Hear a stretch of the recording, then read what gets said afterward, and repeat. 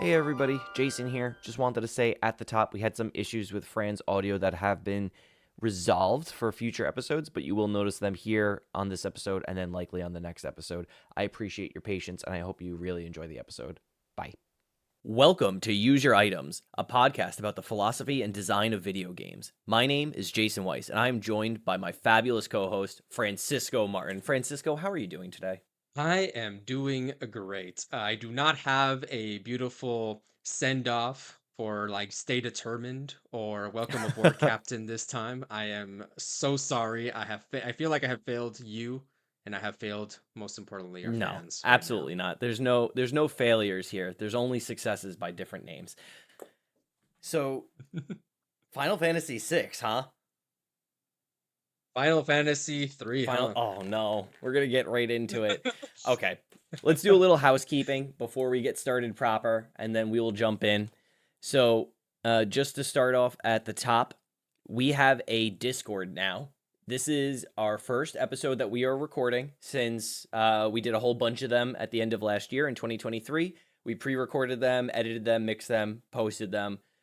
We've taken a lot of feedback that we've gathered from all of you, our fabulous listeners, our wonderful listeners, our friends, our family, our loved ones, and we are applying a lot of that here. So, right off the top, we have a Discord. That is our preferred method for reaching out to us.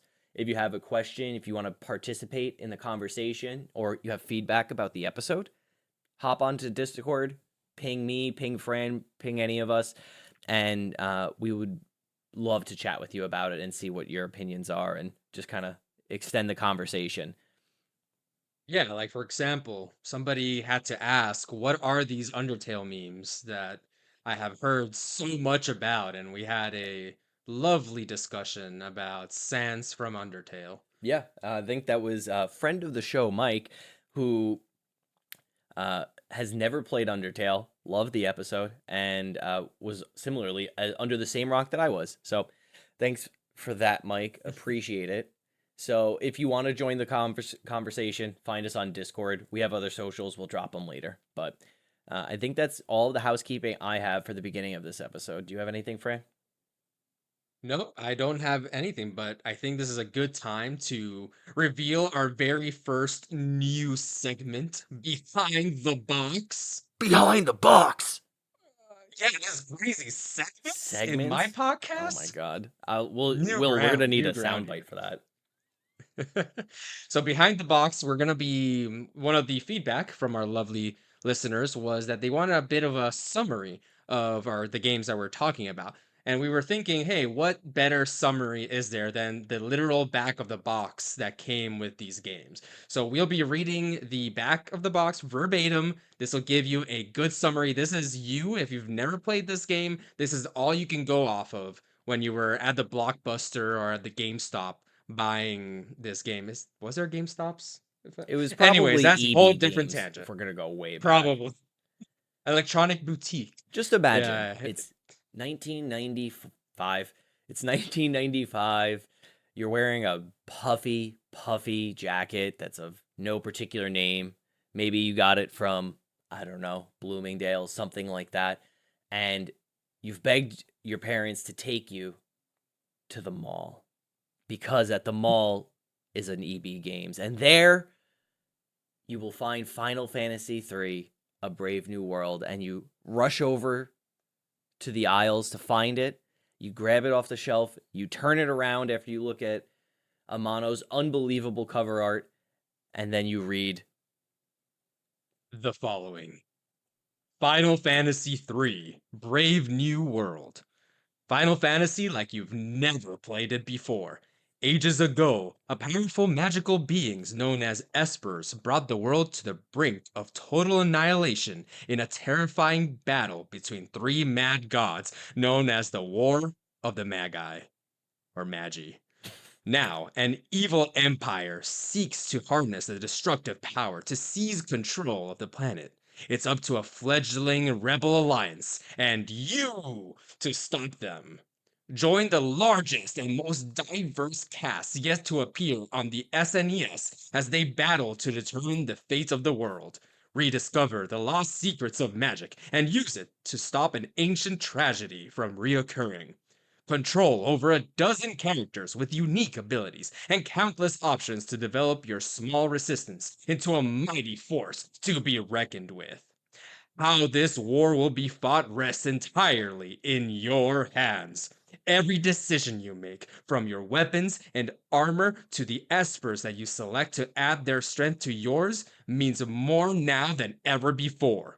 Charge foolishly into battle, and your defeat will be swift. Choose wisely, however, and you just might survive in this brave new world. Whoa.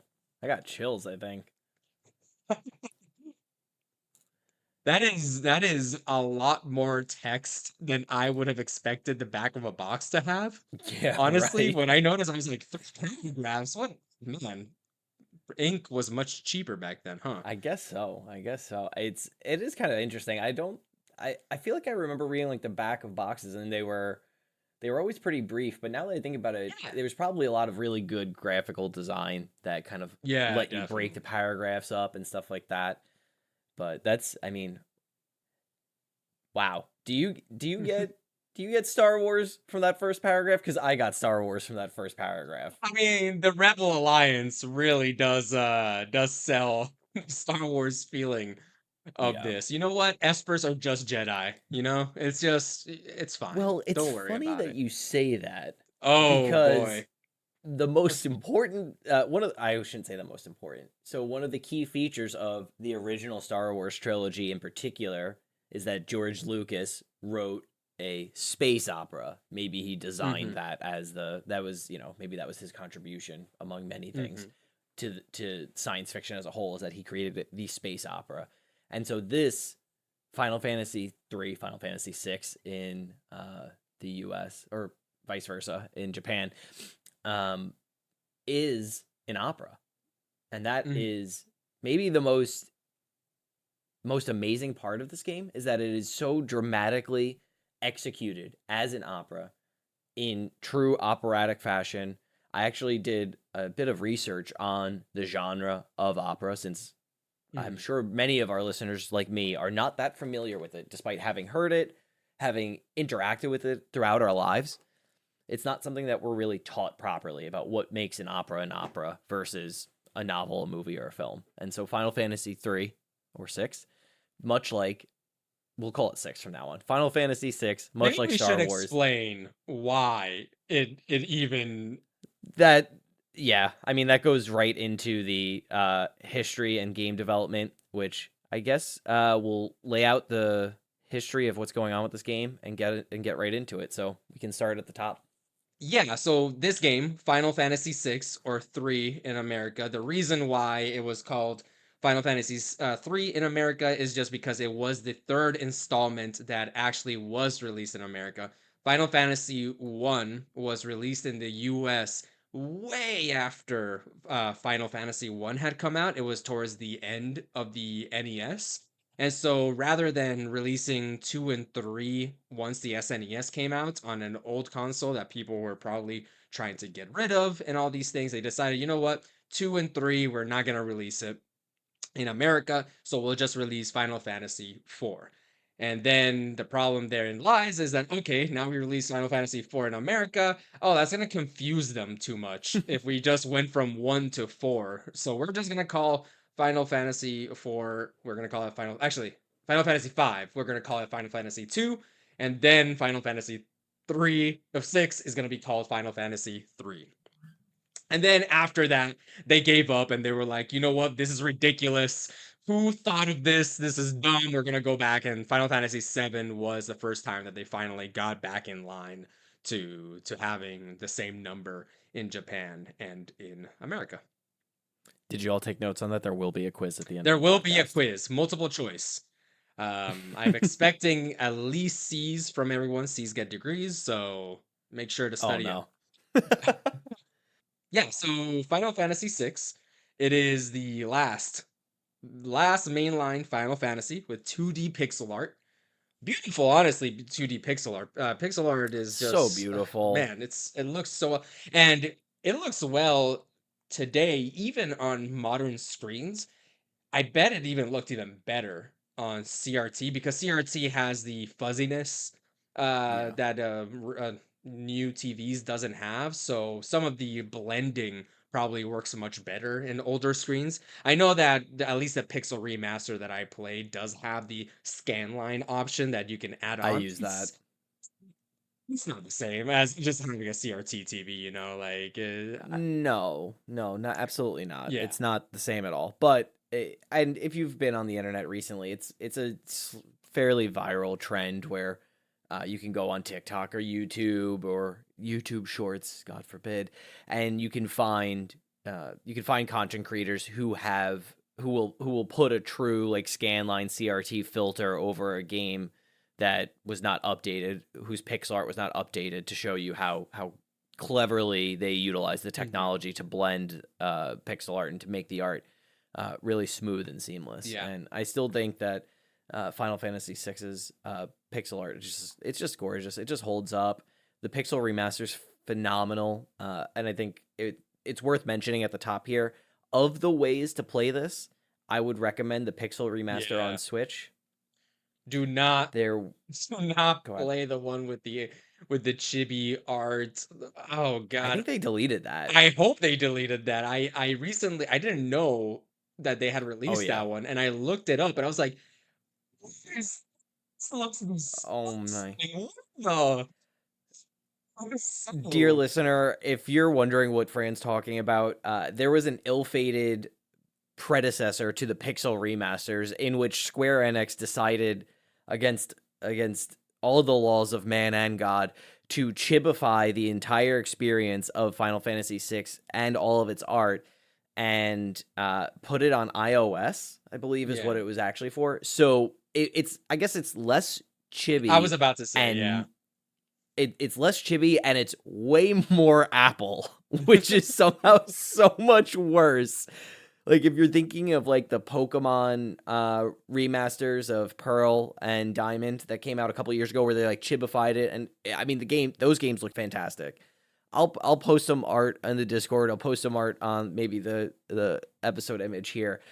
But oh my god. I mean it looks like Steve Jobs just ran through Square Enix with the paintbrush and it was not good. I'm if that had come out nowadays, I would have sworn that it was AI generated It did versions look like that. of It was the very pixel art. uncanny. It was just bad. It goes to show you if it ain't broke, don't fix it. And Mhm. how crazy awesome it was for these artists to have to work within the requirements and restrictions of the medium in such a way that hey, this might not, maybe they didn't even know how good technology was going to be, or maybe they knew that, you know what, 10 years down the line, if it ever gets to the point where screens are super high fidelity, this won't look good. But that doesn't matter. What matters is what the player is going to see right now. The medium is the Mhm. message. So we need to get this to players at the best of the height of our artistic abilities given the restrictions that we have. And Yeah. hey, it works. It still works. Even with the high fidelity, I think that it is some of the better pixel art that we've gotten. Some, I would say there's a couple of characters that are a little bit wonky. So I will say which Yeah. ones I think look a bit wonky, but other than them, I think everybody looks great. Yeah, I think you have a little bit of the mono concept Mhm. art that kind of bleeds through to the Definitely. final like portrait art for the characters. And so when you load up the menu, that famous blue menu that makes Final Fantasy, right? You'll have all of the characters' portraits that are in your party on the menu screen, and it's like a hand drawn portrait, at least in the Mhm. Pixel remaster. I'm not sure how it was on the original hardware, so I can't speak Mhm. to that. But the yeah, I mean some of the portraits are a little uncanny, but I think it speaks to the ways in which Amano, the concept artist for Final Fantasy, that kind of makes Final Fantasy what it is. Their concept art has a very distinct fashion forward design Mhm. sense, highlighting and accentuating themes and imagery across the clothes and the poses of the characters, less so about the strict hyper detailed or photorealistic aspects of like faces, hands, limbs. So things tend to be lithe and long and like very evocative. I mean, it's Yeah. incredible art. There's a ton of concept art on the game as well if you're interested in that sort of stuff, and I would definitely recommend diving into it. And you can also find the Apple iStore, Sabin and Edgar, while you're at it. To that end, yeah, the Amano, great watercolors, beautiful. It's one of the, I would say there's not many video game artists where you can pretty much just name drop like I know that is a blank art piece. I can only name a few, and Amano is definitely up there. Hmm. Yeah, absolutely. You might also think of like Dragon Ball Yeah. Z or Chrono Trigger or Uh Dragon Quest and Kira Kira Toriyama, Toriyama, yep. Like that one is another one. and The just really evocative. And I think this is also part of the conversation with this is actually directly part of the conversation of Final Fantasy VI with the pedigree of Square Enix, Square, and video game designers, particularly RPG designers in Japan at Mhm. this time. So we've been talking a lot about characters and character art, and I think that is the main gimmick, so to speak, of this game. So Final Fantasy is a very interesting series in the world of video games in which every episode or every installment in the series is not chronological. Maybe that's something that our viewers might not have known, which now we're telling you. Final Fantasy VII is not a sequel to Final Fantasy VI story wise. Every Final Right. Fantasy is a not retelling, but it is a not even a reimagining of the same story. The stories are completely different. The combat is completely different, other Yeah. than for a while it was always turn based and it was always high fantasy. Until little by little it stopped being high fantasy. In fact, this might be the first game in which we start seeing those cyberpunk, steampunk influences getting ingrained into the game, and that Final Fantasy VII will take to another extreme. So the big gimmick, I would say, with Final Fantasy VI are the characters. We mentioned in Behind the Box how over a dozen playable characters, and they're not lying. There are No. about 14 playable characters, four of which are optional. And if you want to go even crazier, there's technically between 6 and 16 more characters that are just temporary. So this is a huge ensemble of characters, and for the most part, pretty good. What do you think about the characters? I love Mhm. them so much, Fran. That's like what kept me coming back to Final Fantasy VI, enjoying all of my time with it, and the way that they use the characters to tell this story is and getting into that gimmick quality of, or I guess maybe we'll call it a feature quality of the way the characters are designed. You create parties and characters get siphoned off into different parties by means of storytelling devices. Somebody gets lost in the woods or something like that, and they end up meeting a new character. And you just get these interactions between characters that are just, they're so lovable, many of them. They're just absolutely a joy to behold because again, this is a really dramatic story, right? This is a very opera inspired directly uh piece of literature. I will say literature, sure. And that aspect of creating these really dramatic characters leads to them having just really high emotions all the time.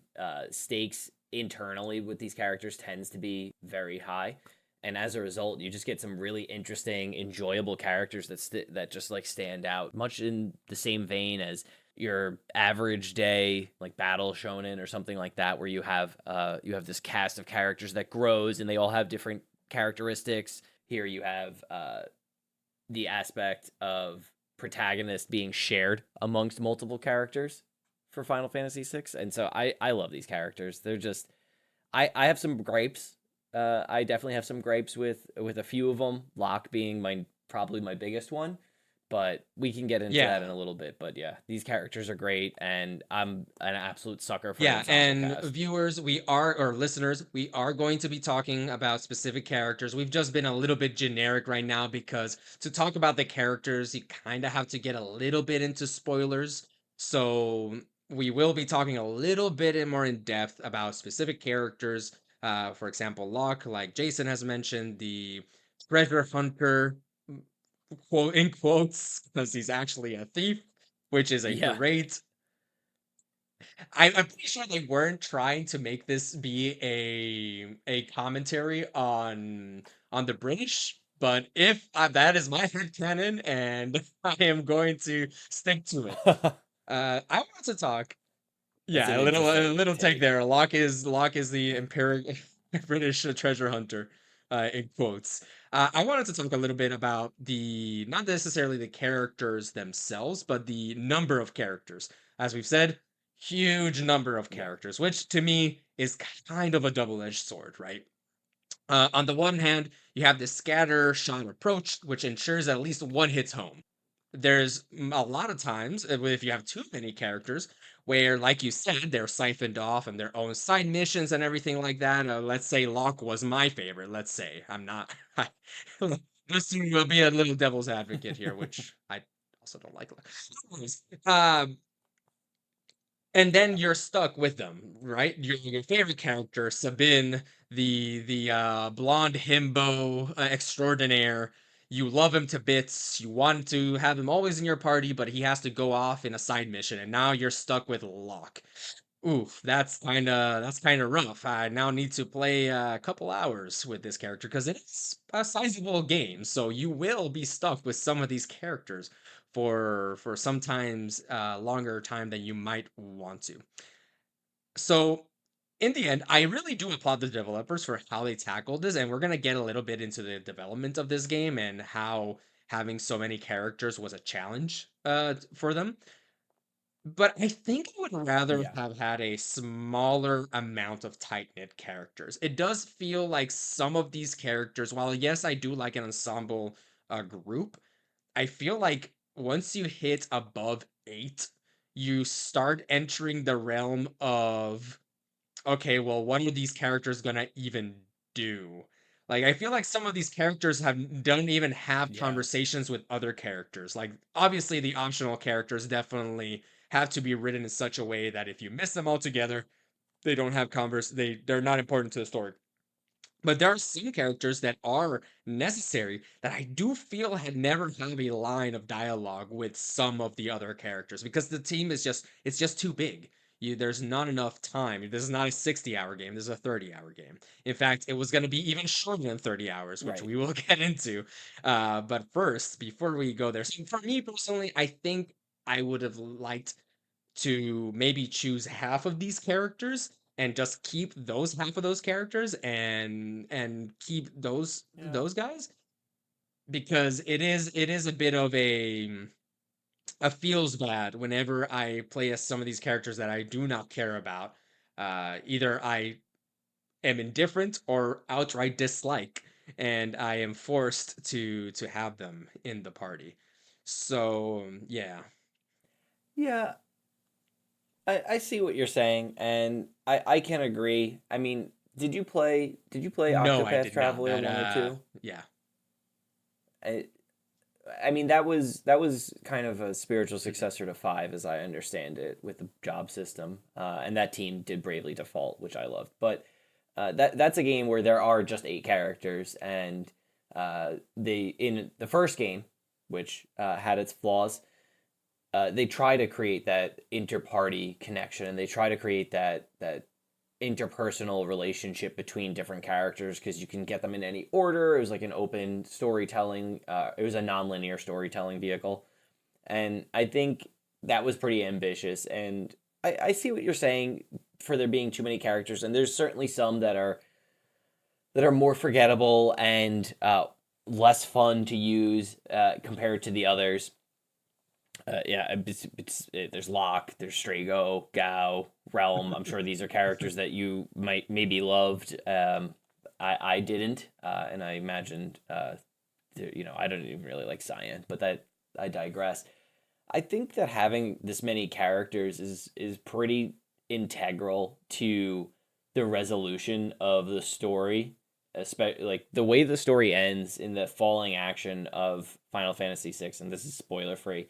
I think is really dependent on there being this huge cast of characters because it allows them to showcase Mhm. different perspectives. I could also see an argument saying that maybe each of the characters just Mhm. needs to be a little bit deeper, but I think that having a large cast plays into this aspect, and I'm gonna keep coming back to this aspect of operatics and opera drama, but it plays into this aspect of having like that really long dramatis persona at the beginning of an opera, a play, a musical that kind of sets the stage of it kind of positions this in the same atmosphere as like a Shakespeare, right? Or as a la like a La Boheme or something like that, right? Where there's this dramatic cast of characters that all play a different role and serve a different role, and it's speaking to that tradition that came before it. So I absolutely see what you're saying because there are gameplay aspects that this size cast absolutely Yeah. is kind of is tough. It can be a And bit of just so a that our listeners know, for La Boheme and or Rent, which is La Boheme but more in the 90s, there That's and the it's most ridiculous. Oh my god. Rent I is know just La you're Boheme in the absolutely 90s. right, Come but on. No, not 90s. God, I'm I'm just sorry. imagining Was it 90s? 80s, 80s. to It, it was come on. 80s. It is. And the big thing about those is that there are preconceived characters. So essentially, kind of like in Shakespeare, there are these characters that are used as shorthand, where you're essentially, they might reuse the name of a character from another play. So that way there is some kind of like, oh, okay, I know I don't need you to go into the story of this character because you've already given me this already thing that is in the cultural zeitgeist that I should know about. And now I know about this guy. Like I know 100%. It's like kind of like adding something man to the end of a superhero's name. So you hear something man and you immediately know, okay, they're a superhero, they're probably the good guy, and that first word is their main gimmick, their main power. Essentially, it is a shorthand to, hey, this is what this Yeah. is about. And La Boheme and Rent and this game, Final Fantasy VI, uses a bit of that. It uses essentially this is the monk character, this is the king, this is uh, that would be spoilers, so I will not say this is beef. Thief. So I said beef. I'm not even I talking said about thief. Did you Sabine. say beef? Sabine, Who's the beef? Oh my I want to god. know Sabin. I want to know Sabin's Sabin workout is regimen, the bro. beef. Absolutely. Yeah. Yes. So all you're absolutely right. And so again, for the listener at home, if you're not familiar, La Boheme is, and sorry, I don't speak French. I'm sure I'm butchering that. Is an opera by Giacomo Puccini, and it's kind of considered like one of the most famous, uh, we'll call it more modern tradition operas, and so it's and based and Rent, the very famous musical about the AIDS crisis and just life in New York City and things like that, was based very directly off of La Boheme. And if you're familiar with Rent, you know that there's a song in Rent called La Vie Boheme. So it's all interconnected, and there's certainly that operatic history of using archetypal characters that sort of represent something greater than themselves in each of these. But to Fran's point, I think Final Fantasy VI is doing such an interesting job of, just like you said, like, so instead of there being like the funny character who gets sick in La Boheme or Rent, you have the monk character. Well, what they're doing here is they're archetyping their own catalog, their own personal history of Final Fantasy games, and it's very much culminating here in what we'll go into the history now, but correct me if I'm wrong. This is the This is last the SNES last Final Fantasy game. mainline. I'm not sure if it's the last Final Fantasy game on the SNES, but it's definitely the last mainline Final Fantasy on the SNES. It's the last 2D. It is the no, that's the first. The 5 was the last one that was created, which I guess we're getting into the game development here a little bit. So this is the Yeah, first we'll go right game into it. not directed by the creator of Final Fantasy. By this point, his name, yeah, Hironobu Hironobu Sakaguchi. Sakaguchi. By this point, he has been promoted in then SquareSoft, not Square Enix yet. They've been promoted into, I believe, director of product or something. I'm not 100% sure what his title was, but he has decided that, hey, Final Fantasy is now something that I'm gonna be working in a producerial role. I'm not gonna be actually directing the game. So the creator gave Sakaguchi gave the directing role to two people. Yoshinori Kitase, who was going to be working on production and story, and Hiroyuki Ito, which is game mechanics. So essentially, a very interesting way of dividing this, and but it makes a lot of sense when you notice how, which love it or hate it, this game, the combat, it, like most I don't think Final Fantasy games are a good representation of video games using game mechanics to push forward a narrative. Like usually in Final Huh. Fantasy, turn-based combat is a means to an end to kind of sell the idea of Okay. combat. It isn't necessarily that we're using turn-based combat to comment on the passage of time and how fast time. No, it's nothing like that. There's a combat section and there's a story section, and honestly, they don't usually intertwine too often. But Final Fantasy 6 does a good job intertwining it, and we can get into that later on because it does some very lovely things in breaking the fourth wall and things happening in battle that doesn't usually happen in other turn-based games. But for the most part, combat is pretty separate from story in Final Fantasy games. So, given that there were so many characters in this game, Kitase didn't actually create all these characters. The main conceit for the development was that they wanted every character to be a protagonist. So they wanted every character to be the main character. So to that end, Kitase gave the job of creating the characters to a bunch of different members of the team, and Kitase took more of a job of trying to meld the stories together. Like, okay, you create this character who has this background and this story and this side quest, and I'm going to figure out how does that side quest work in the overarching story of Final Fantasy VI. So, yeah, which So is the cool. idea, honestly, and a lot of very humble thing for Kitase as a director to do, right? Like, I am going to hand off the main characters of my story. I'm only gonna create, I believe he only created two, Celeste and Gao.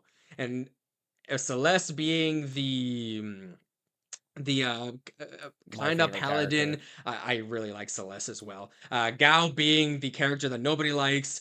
Terra being the that I am Poor Gao. Gao gets the short Gao end of the is stick. a orphan boy in the wilds, and he has a combat mechanic. He's like a Jungle Book Yes, character, right? he's Like he's Valkyrie. very much like raised by monsters in a very Mhm, unique area of the game, and he comes I think the reason why he's a bit maligned as a playable character, just a mhm. side note really quick here, is that he has extremely unique gameplay Yes. mechanics that are pretty antithetical to Mhm. traditional Final Fantasy gameplay, and they do Yeah. that a few times in this game actually, Yeah. but I digress. And just, I mean, just to give a little bit quick spark notes of it, his game mechanic is essentially you get one action with him, which is decide what form he's gonna take, which animal form or which beast form he's gonna take, and after that it's auto battler. He just does his own thing. He chooses what attacks to do, and in a game in which it is very important for you to make decisions in a turn-based combat, removing that choice from the player makes him a character that I bet is very powerful if you can unlock like the most powerful beast mode and let him go off. Yeah, like, oh yeah, let him cook. But for the most part, He can be he can be extremely extremely broken. believable. For the most part, it's just a case of it's not fun to lose because you can't control him. And because he's auto Yeah. battling, it doesn't feel so well rewarded whenever you do win, whenever he does become broken, you know? So it really doesn't sell the conceit of you are role playing as these characters. It feels like he feels like a Donald or Goofy in Kingdom Hearts rather than actually a Sora. Yeah. So yeah, those two created by Kitase, one of the directors. Terra and Locke created by Sakaguchi, the combat. No, not the combat. Sakaguchi, the producer, the creator of Final Fantasy. Edgar and Sabine, created by field graphic designer Kaori Tanaka, which, hey, that's so cool that like you would expect that these would all be created by like the head honchos of the producer, the Yeah. director, the editor, the lead head engineer. No, a field graphic designer got to do two of these characters, and two of the honestly Yeah. Just a no-name graphic designer. Nobody knows him. Just no, Tetsuya no, no, Nomura. That's it. I He was hasn't about done to say. anything since. And speaking of no names, Tetsuya Nomura creating Shadow and Setzer, which at this point he is graphic director. Um, this is, I think, this is his first role in a directorial role. He had been designing monsters beforehand, and this is his first time getting his hands in deep. And honestly, if you can look up Shadow and Setzer, of course that's Nomura. It makes It makes so much sense. sense. I'm not gonna tell you that the man has style, that the man has a visual language that he works in, but it's a little damning. Not one of these is all wearing black and has belts and white hair, and the other ones are very colorful. I wonder which one. Oh, of course, Nomura. It's- Fran, for the oh, listener at home, who's Nomura? Nomura is the creator. Well, not creator.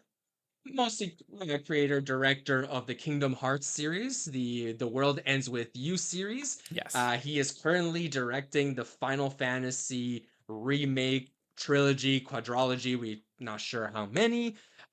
He is both a very admirable, very important character, important person to the lore. He's also a He's a character in character the story of to the Square. lore of Square Enix, but also somebody who I believe I respect the man a lot, but I also believe that sometimes they let him cook a little bit too much.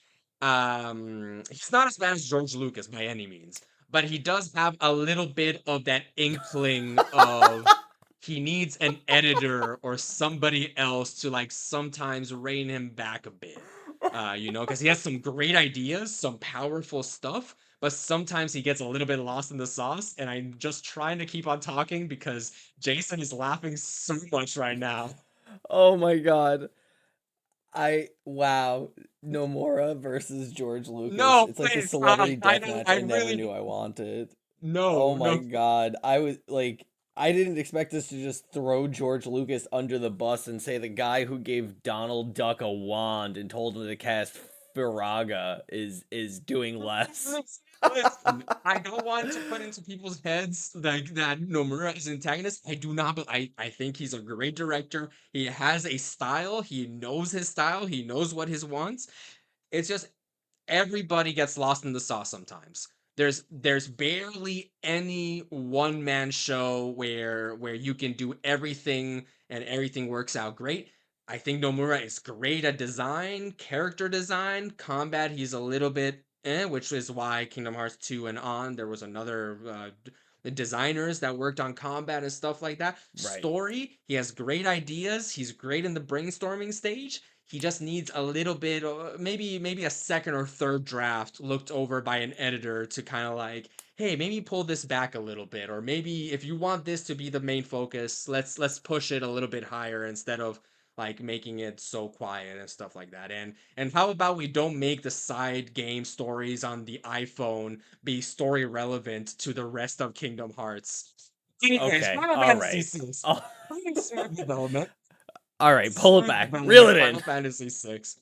There were some localization snags in the non-Japanese versions. Some swearing and some violence was reduced. A few times, Kefka, the one of the main villains of Final Fantasy VI, is says go kill them all. Apparently, that's way too much in American localization. So they would go and people like, yeah, it's like That's destroy so them instead of weird. kill or small weird stuff here and there. And also some censoring of nudity. I I understand to a certain extent why this game is way hornier than I would have expected. There It's an opera. It's a there drama. are Sex so is many, dramatic. like, it obviously skews more towards the male gaze. I'm not gonna deny that. There are um some It's sexy exclusively male motherfuckers in gaze. there. I there's some sexy men in there. Um Oh, absolutely. But I mean, it's still like it's oh still yeah. the things that are Oh yeah, traditionally exactly. considered attractive by Exactly. men, Yeah, big muscles and definitely. stuff like that. So, So, like, there is like a naked chick on a toad is one of the enemies. There's like this, yeah, there's like this oh, that's where it painting came up. that the painting that you fight is turns between a skeleton and a half naked woman. There's another one where Mm-hmm.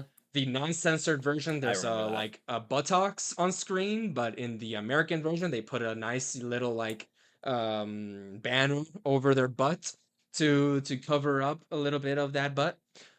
So it's I did not expect this game to have so much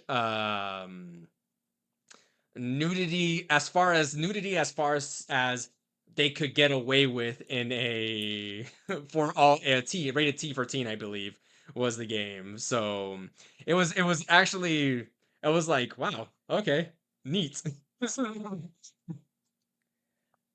I wonder it because so in for those at home in our show notes there's a little side comment here about Fran saying how he didn't expect a Final Fantasy game to be this horny, Oh and boy. I just want to sorry to throw you under the bus, Fran, but it's interesting that they found as many angles to Mhm, bring to use nudity in this way. mhm. I haven't seen the original art, The art is but not just by how distasteful. It's you've nothing more than you would see in a Renaissance painting.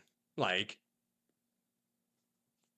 and that's my exact point is that I think in part of being mhm, in this tradition of operatics there is a sense of taking mhm, things to the ostentatious level and then and then I think especially in the 90s calling back to things like Renaissance art or more classical forms of art where the human form is exaggerated or the human form is rendered in perfection in some way is very much in the yeah. gestalt of what this game is trying to do, and it is not surprising to me at all that American critics and American moral police would decide that Yeah. And there is, butt and boob hey, bad, hashtag free the nipple. gun There good. is no nipples in the game, even in the non-censored version. So, so they Damn. didn't even go that far. Like, it is not, it doesn't go that far, honestly. But it is much further than Yeah, of any course. other Final Fantasy game that I had ever played. So it was a little bit like, oh wow, that is somebody was cooking.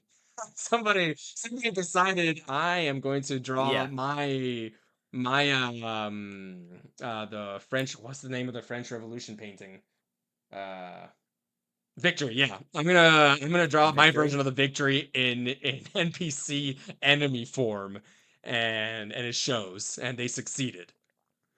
So Yeah. yeah, so that's about a little bit about the development of the game. So the game releases in 1994. It is the best-selling game of 1994 in Japan. That done, like no question. By the mid 1990, over 2 million copies in 2 million Japan copies. by mid 1994. It came out in April. So charitably, let's say mid 1994 is July. So 3 months, it had already sold over 2 million copies, which in those days is just crazy. Incredible. Over in the US, numbers are a lot less accurate. It is the by some sources, it is the eighth top selling SNES game in October in the USA, according to Electronic Gaming Monthly. So not as Rip yeah, EGM. not as illustrious as in Japan. In fact, I do believe that it was considered not a failure, but a meh, according to Square in America, which is very fascinating to me that they would push so hard later on. Final Fantasy VII, they put a lot of marketing into that game, given that a lot and during this time a lot of games, if a game didn't succeed in the West, it was pretty much like, I guess the West doesn't like it, and that's it. That's the end of the conversation. um Interesting. so contemporarily, it was considered the best RPG game of the year. It won several awards for music and gameplay, music being Nobuo Uematsu, coming back to cook again. Amazing. It is now considered. He can cook anything, man. I'll He's listen to anything he honestly, makes. I don't care. let him go on a trash can and start beating that trash can, and I'm gonna sit there and listen, bro. How we- I'll weep. I'll weep. it is now considered by most fans to be the best Final Fantasy game, mainline Final Fantasy game in the series. Patron saint of Use Your Items, or patron saint of the Francisco Martin experience. Tim Rogers considers it. He calls Final Fantasy VI as the objectively um what everybody recognizes to be, can agree on, that is the best Final Fantasy game. And by that I mean that there isn't much argument towards it being the best. So you have some people that might like some others more, or might think that others are better, but they're okay with saying, I'll grant you that Final Fantasy VI can be named the best. It is not Not a a hot hot take. It take. is the Full Metal Alchemist Brotherhood of my anime list. My anime Oh, list. here we Full Metal go. Alchemist Brotherhood is Oh my my favorite god. anime, Here. but I understand why it's at the top of my anime list. It's because everybody can agree, yes, this we're okay with this being the number one anime because nobody has anything bad to say about it. Um, Fair enough. I didn't Fair mean enough. to hit you with that hot take It's out of nowhere. no, no, no, no, no. No worries. It's interesting. So, speaking to my best friend and friend of the show, Brian, back home in New York, who is I would consider the quintessential expert on all things Final Fantasy, first foremost. And if I have a very weird nitpicky question about like the history, he's known the fact for decades now. So thank you, Brian, for all of your incredible knowledge sharing with us on this. And he also agrees, as somebody who's played every Final Fantasy except for maybe 11, and I do mean all of the side games as Dirge of well. Cerberus. He considers six to be the best, and that means a lot to me. And moreover, he was in the trenches, listeners. He was in the trenches in the in the 2000s on forums fighting for Final Fantasy VI truth. So never forget about the wars fought before you got here when you engage in Twitter Well, I discourse or can't Tumblr wait for discourse. Brian to call us out on everything that we have wrong here. Oh, you on? He has Oh, a okay. notepad out right now. Yes, he's writing down. Dang, Nomura is the goat. How dare you disparage him? So I want to talk a little bit about Final Fantasy, and I would like to get your insight as well. Do you think Final Yeah. Fantasy VI is the best Final Fantasy that you have played? We haven't played all of them. Final Fantasy VI is the best video game I've played Wow. Okay. this year. And it is the best Final Fantasy game Cool. I have ever played. I And that's saying a lot considering how effusive I was on 7. But I will anyway. say, um, is Final Fantasy VI the best game? The best Final Fantasy game? Sure. Question mark? Why not? Maybe. I personally do think that Final Fantasy VI from fans, if you listen this from fans, is a little bit overrated. Now, don't bring out your pitchforks and your torches out yet. I'm not saying it's bad. It's a really good game. I really enjoyed my time with it. I do think that it being exalted as the best Final Fantasy game kind of diminished my enjoyment of it because I was to get to a level where you saying definitively this is the best. And for me, it means like there is no argument. It needs to be so good that it goes beyond every other Final Fantasy. I've only played, I think, 4 other Final Fantasies: 7, 10, to completion. 7, 10, 3. Those are the mainline ones that I've beat it to completion. I've beaten a lot of other side. I've remake. I played some of 13. Yada yada yada. My expectations were a little bit high because everybody called it the best Final Fantasy game. And because everyone said it was the best in the series, it did not hit the highs that I was expecting it to hit. So here's your PSA, viewers, your non spoiler PSA. It is not the best in the series. Now go and enjoy the heck out of this game. Like, go in not expecting it to be the best Final Fantasy. And if it's the best for you, that's great. But don't expect a transcendent. For me personally, I would have rather not have known that this was the quote unquote best in the series and enjoyed it even more for what it was than trying to understand why is this considered to be the best. And personally, this is my kind of like Final Fantasy verdict as a whole. I don't think there is a best Final Fantasy. I think that Square Enix has gone out of their way to make each Final Oh, Fantasy unique in each combat and story that it's you're going to find something that you really like about every single game. I think this series more than practically any other series is kind of difficult to say. It's kind of like comparing the best Mario game versus the best Legend of Zelda game, like in those games there's going to be repetitive things that are seen from game to game. With Mario is always going to have platforming. Legend of Zelda is always going to have dungeons. And for the most part, well, Link's crossbow training when so I really do think that Final Fantasy is one of those series that it is kind of reductive to kind of be talking about which is the best Final okay. Fantasy because it's so difficult. The question of which is the best Final Fantasy is more about what are you looking out of a Final Fantasy game? Are you looking out of a story? Are you looking at characters? Are you looking at combat? I personally like the Final Fantasy VII combat more than the Final Fantasy VI combat, for example.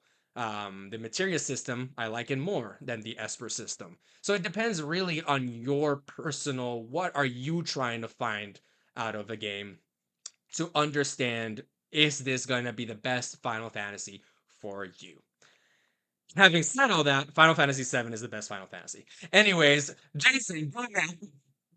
Oh my God, friend, no, no, no, no. You just went on this you just went on this beautiful, uh, this just like you just did a great job laying out holistically so much about the history of Final Fantasy and what makes it so And I special and what makes destroyed this it. series I so am important to not so your many friend. people. I am your friend, And Jason, but to the listener, I am not your friend. I will destroy this house that I have built.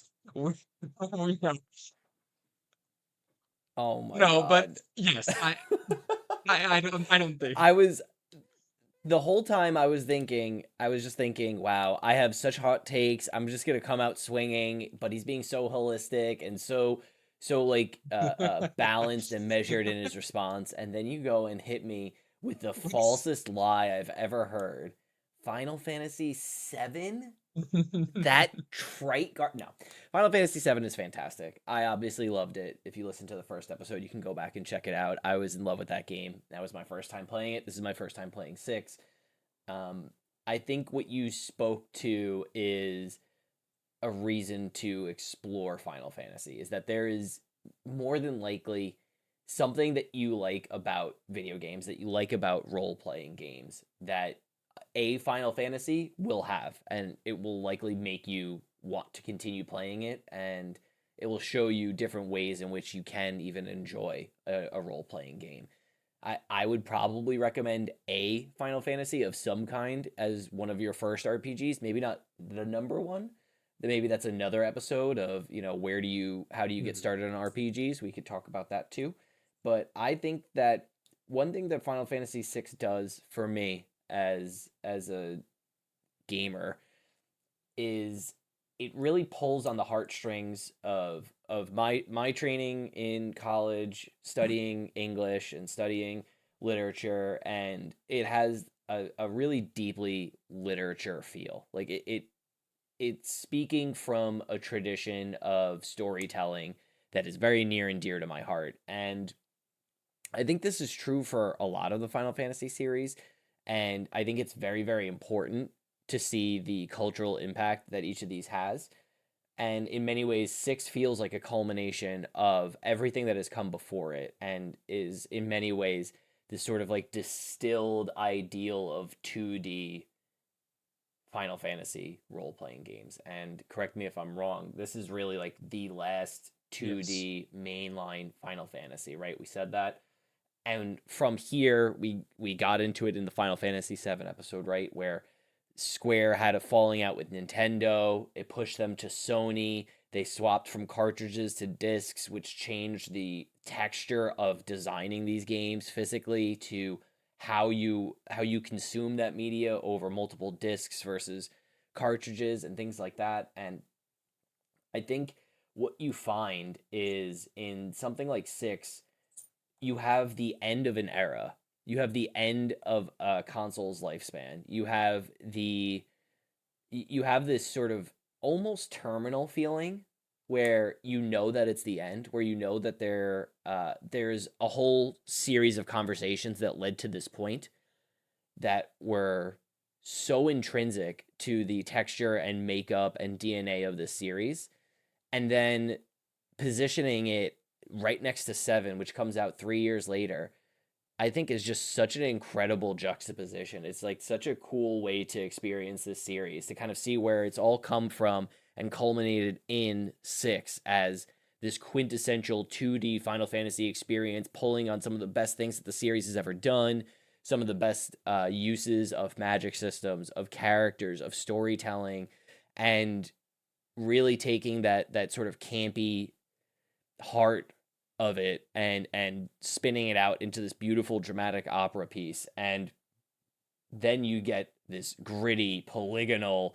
angular Final Fantasy VII telling a very dark and uh, extremely high stakes story that starts at 10 and goes to 20, right? And you have it at the beginning of a system's life cycle where you don't really know what the system is capable of, and you don't know what to expect from the abilities of the PS1, right? Versus the end of the life cycle of an SNES, when when the developers know every trick that's possible in the code of that system. And I think for me, 6 is just it's just so endearing, and the ways in which its story is directly related to the way like the themes of the game are writ large in the ways that you play it. And if you listen to our Undertale episode, this is like the key to my heart when it comes to gaming, is when you can seamlessly tie in my experience as the player to the themes of what you're trying to do. It is going to be a home run for me every single time. Then you get some of that parmesan in from an ensemble cast, and man, I'll buy the game I 20 will times. say, having said all this, that it is much easier to recommend Final Fantasy VI to somebody who wants to get into Final Fantasy rather than Final Fantasy VII, because the aesthetics of Final Fantasy VI have aged beautifully, while the aesthetics of Final Fantasy VII look very dated. It is a very difficult sell on. I don't think the average player is going to pick up Final Fantasy VII unless they are coming in as an analyst or they want to dissect or they're fans of the RPG genre or something like that. I don't think the average player is just gonna pick up. I could see more of an Yeah. average player playing Final Fantasy VI, especially nowadays that people are getting reaccustomed to essentially demakes of like, oh, now the graphics are going back to pixelated, and you have your Undertales, you have your Octopath Travelers, your Celeste, where now we're going back to pixel Celeste. graphics. So it is a much easier sell, I believe, to play Final to give somebody Final Fantasy VI and have them play it rather than giving them Final Fantasy VII. And I will say that Final Fantasy VI also has a really good. I feel like it is the most D&D retro video game that I've ever played. It feels so like all the characters, something is happening and they're going on side quests, and it feels like a natural things are happening. Yeah. And while in a vacuum, you're gonna stand back and you're gonna be like, "Why the heck am I here? Like, am I not trying to stop a war from happening? Why am I right now helping out Yeah. a little girl find a magic paintbrush or something like that? Why am I doing this?" But while you're playing the game, it doesn't feel awkward. It feels like a natural progression from story beat to story beat. And it is that D&D-esque storytelling that its best fantasy and the best lie that Final Fantasy VI gives you is to make you feel like you have this agency and that you are part of the storytelling, even though you're not. You're really not. Like this game, as Yeah. much as the it's a Yeah. great magic trick. As much as the back of the box says, It's a "Oh, great it's all magic up to trick. you, the decisions that you make." No, there is barely any decisions that you make that actually matter in the story. Like the story will play out the same way, regardless of what Yeah. choices you make. But it makes you feel like you are making those choices, and I love that. Mm-hmm. Absolutely. And I think with all of that, we'll move on from our production history and we'll get into our personal histories and our just Sure. the beginnings of our game analysis that we've already started, and we'll take a quick break.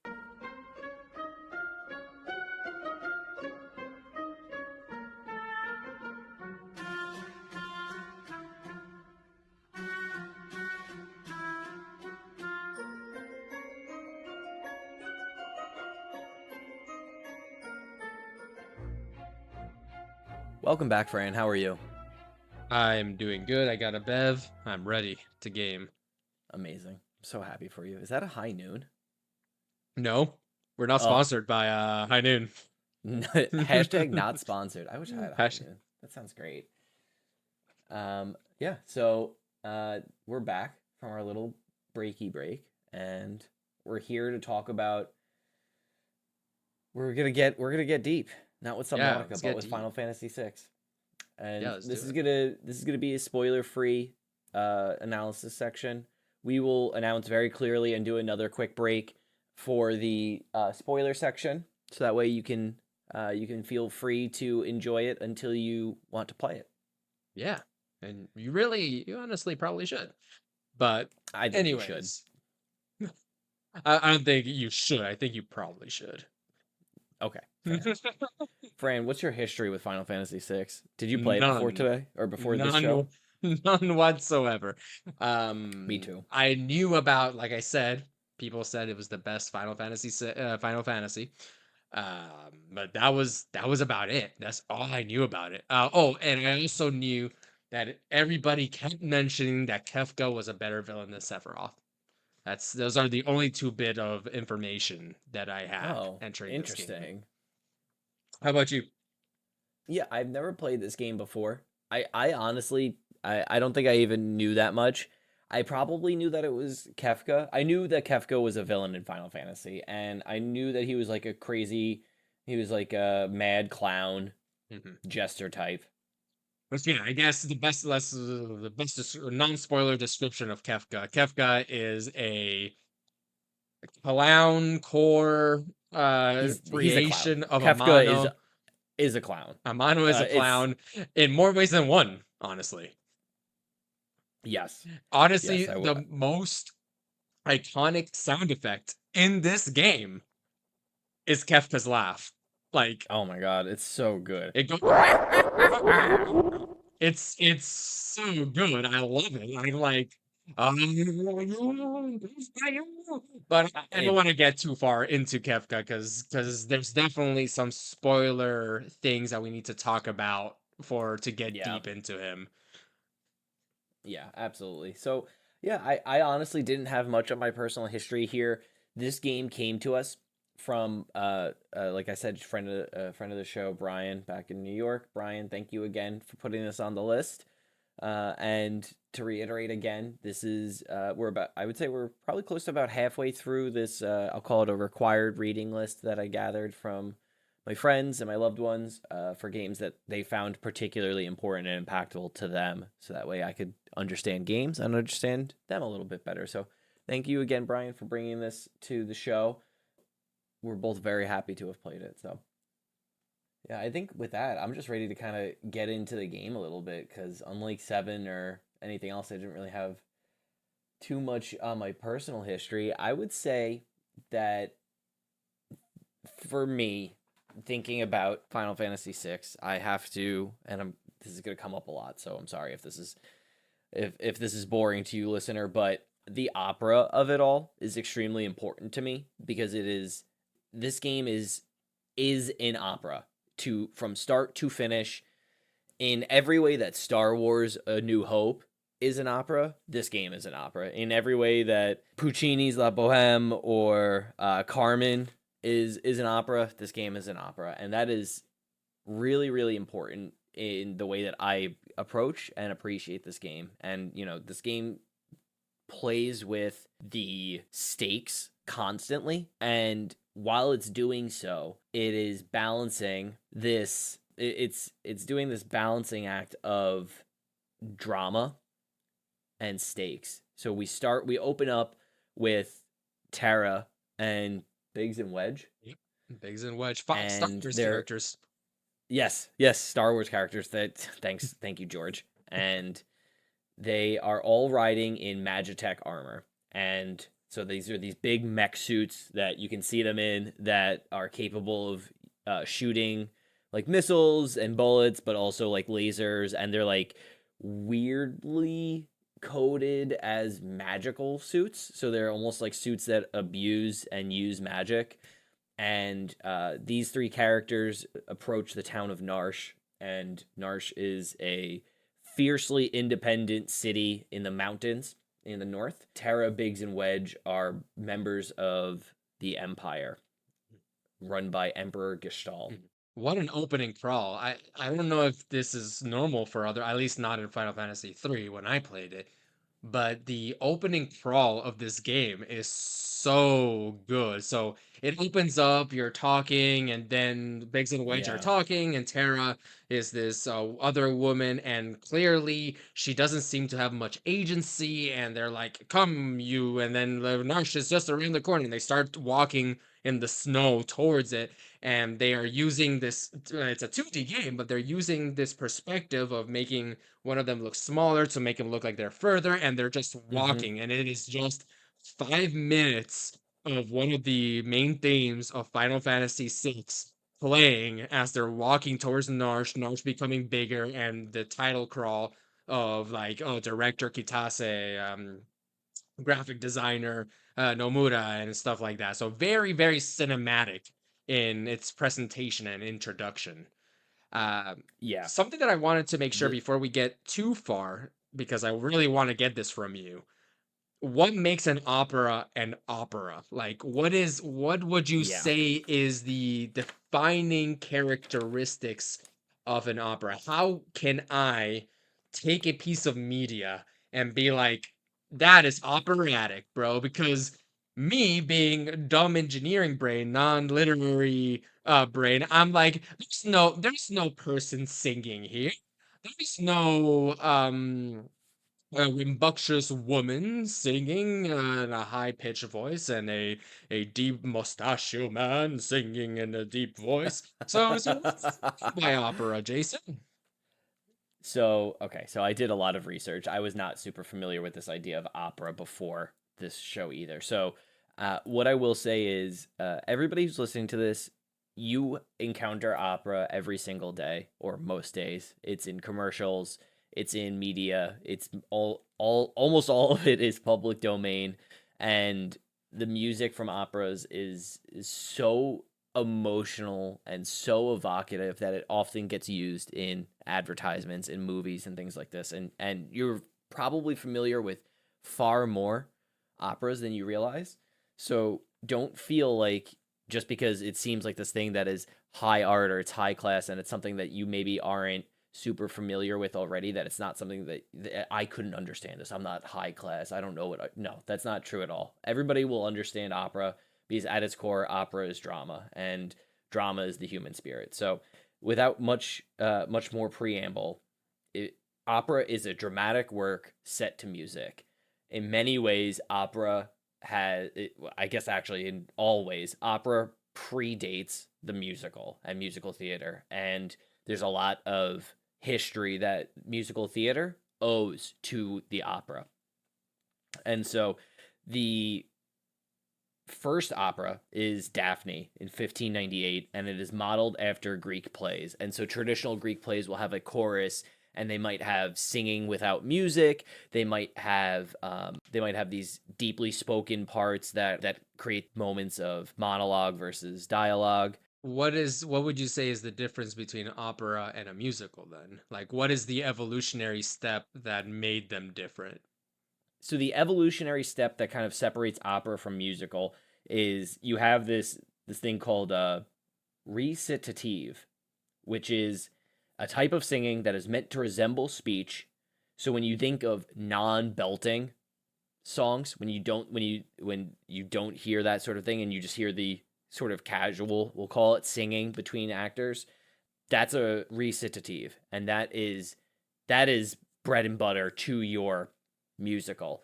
And one of the main differences between operas and musicals is that operas have this there's a push and pull in the way that the music is written, and I'm not an expert, so if you know more, please let me know in the Discord. I would love to talk to you more about it. But operas are defined very much by the singing style. That is extremely important, right? Like you can't call Rent an opera despite it being based on an opera because it just is not emblematic and characteristic of that. That being said, you can absolutely write an opera today. That is not it's not like illegal, right?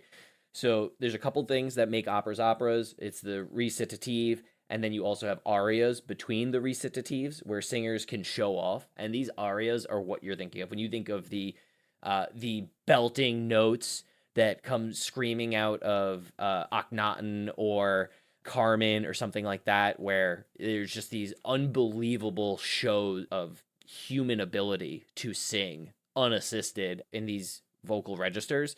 That is that is your aria, and that is bread and butter. That is opera. And so that's the sort of physical moving pieces of it. On top of it, you have you have this history of design in terms of drama. And so much as we are pulling from ancient Greek and we are pulling from Roman theater, the first the really famous operas that we all think of in the 17th and 18th century, the Monteverdis and then the Mozarts of the world, uh, operas are this absolute opus of work, right? It's this absolute apex of I am designing both the songs, I'm designing the compositions, and in some cases, some composers did the costuming and really got into the weeds with it. And it's an extremely dramatic production, and I cannot overstate this. It is dramatic to a fault in many ways, where it is something that is it is dramatic, it is extra. every love is the deepest love that anyone has ever felt. Every betrayal is the worst betrayal that they have ever felt. It is very often set in times of extreme action, in times of extreme strife or tragedy. War is quite common. And in many of these in many of these cases, you will have the backdrop being a major war or a particularly turbulent time in human history. And sometimes the opera can zoom in on a smaller story within that grander story in the ways that you might set a Shakespeare play in a different time, and you might put the backdrop of another war or something like that, or another time period to it. Operas are kind of doing that now. So you have something like Carmen about the cigarette factory worker and falling in love with a soldier. And so the main takeaway here from the text that operas are and the text that you get from operas is that you get these extremely iconic songs and you get these extremely iconic moments that sort of persist throughout history because they are not just it's not just the stories that are dramatic, it is the storytelling method that is also dramatic. So when you have these arias that are just so captivating, they just sort of live rent free in your head, or you have these recitatives that are kind of really pull the action along and can sometimes be the quiet moments or even the memorable moments in these operas. And moreover, you have things like these super detailed librettos, like Wagner did for something like The Flying Dutchman.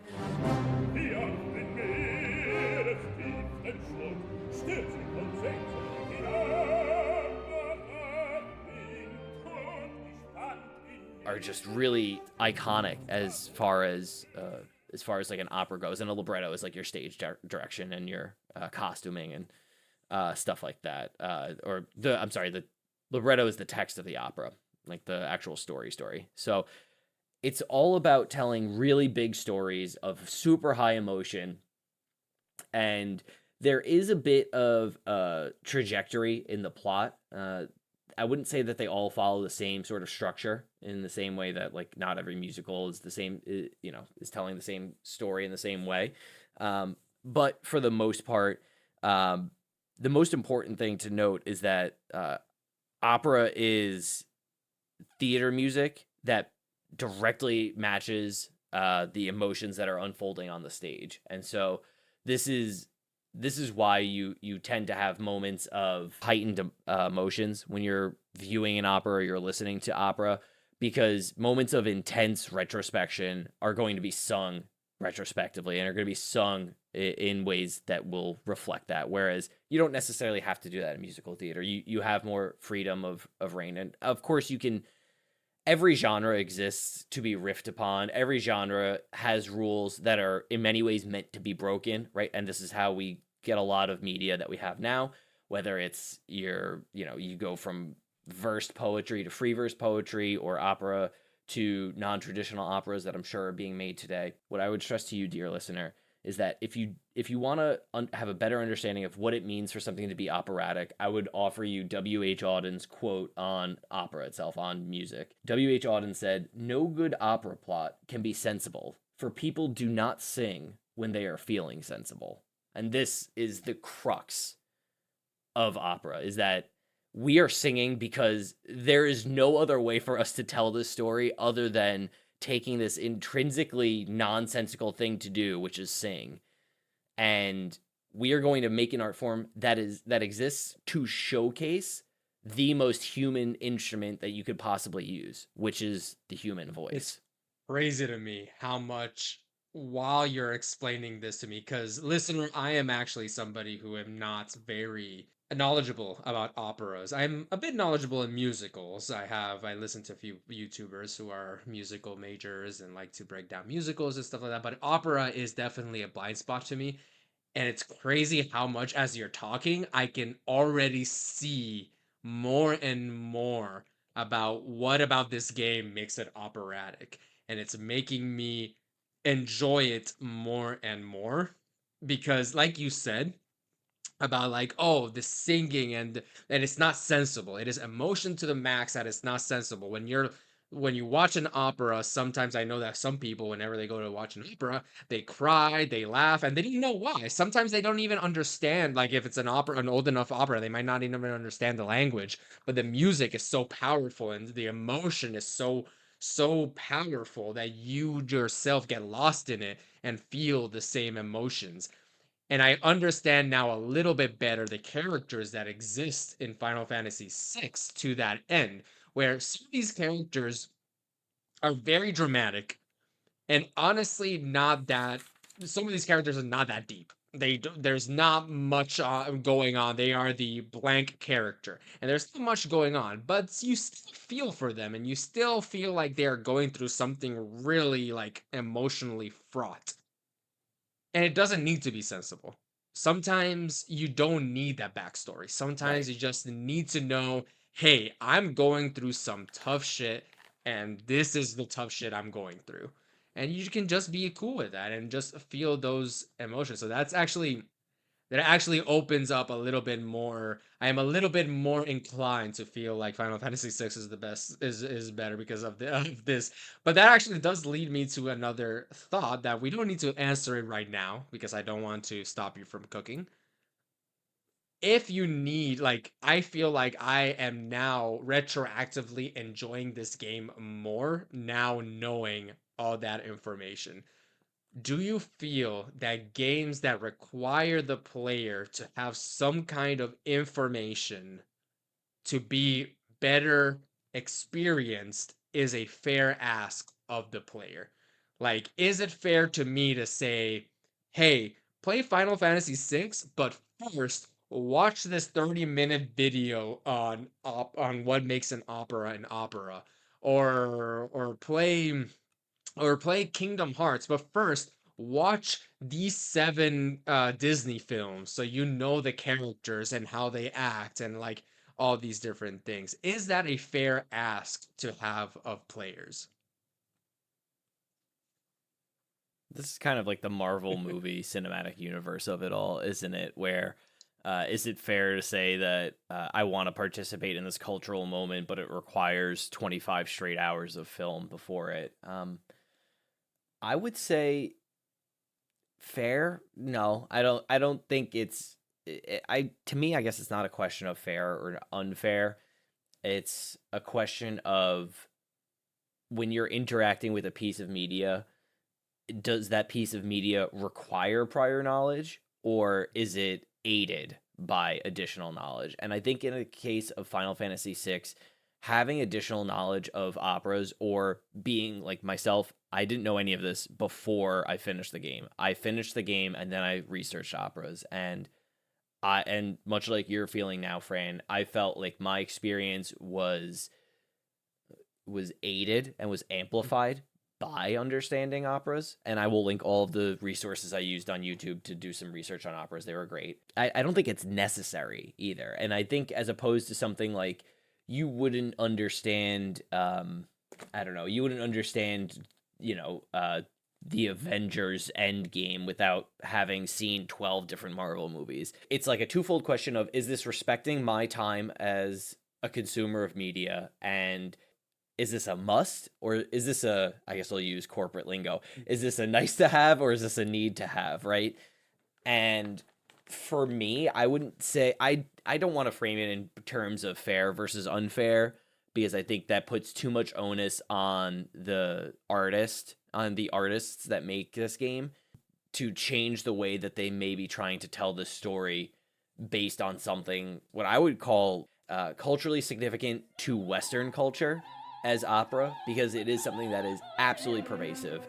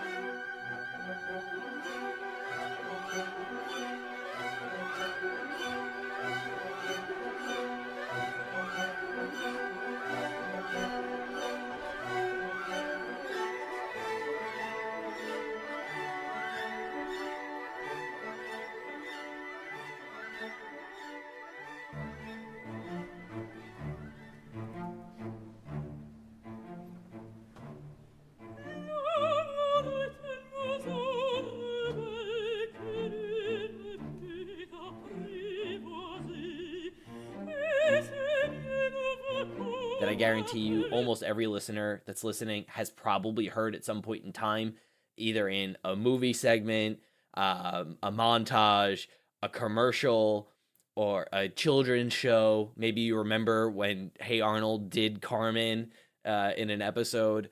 And I think you'll see that a lot of what is daunting about opera is that it's in a different language and stuff like that, but it's very intrinsic to the to an emotional experience.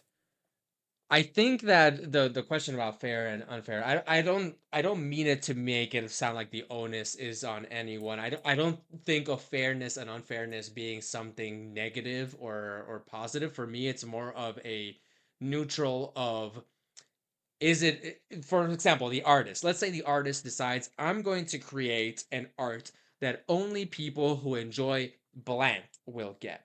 And I think that the artist should be well within their right to create that art. However, the consumer should also be well in their right to be saying, well, that's not for me, I'm out.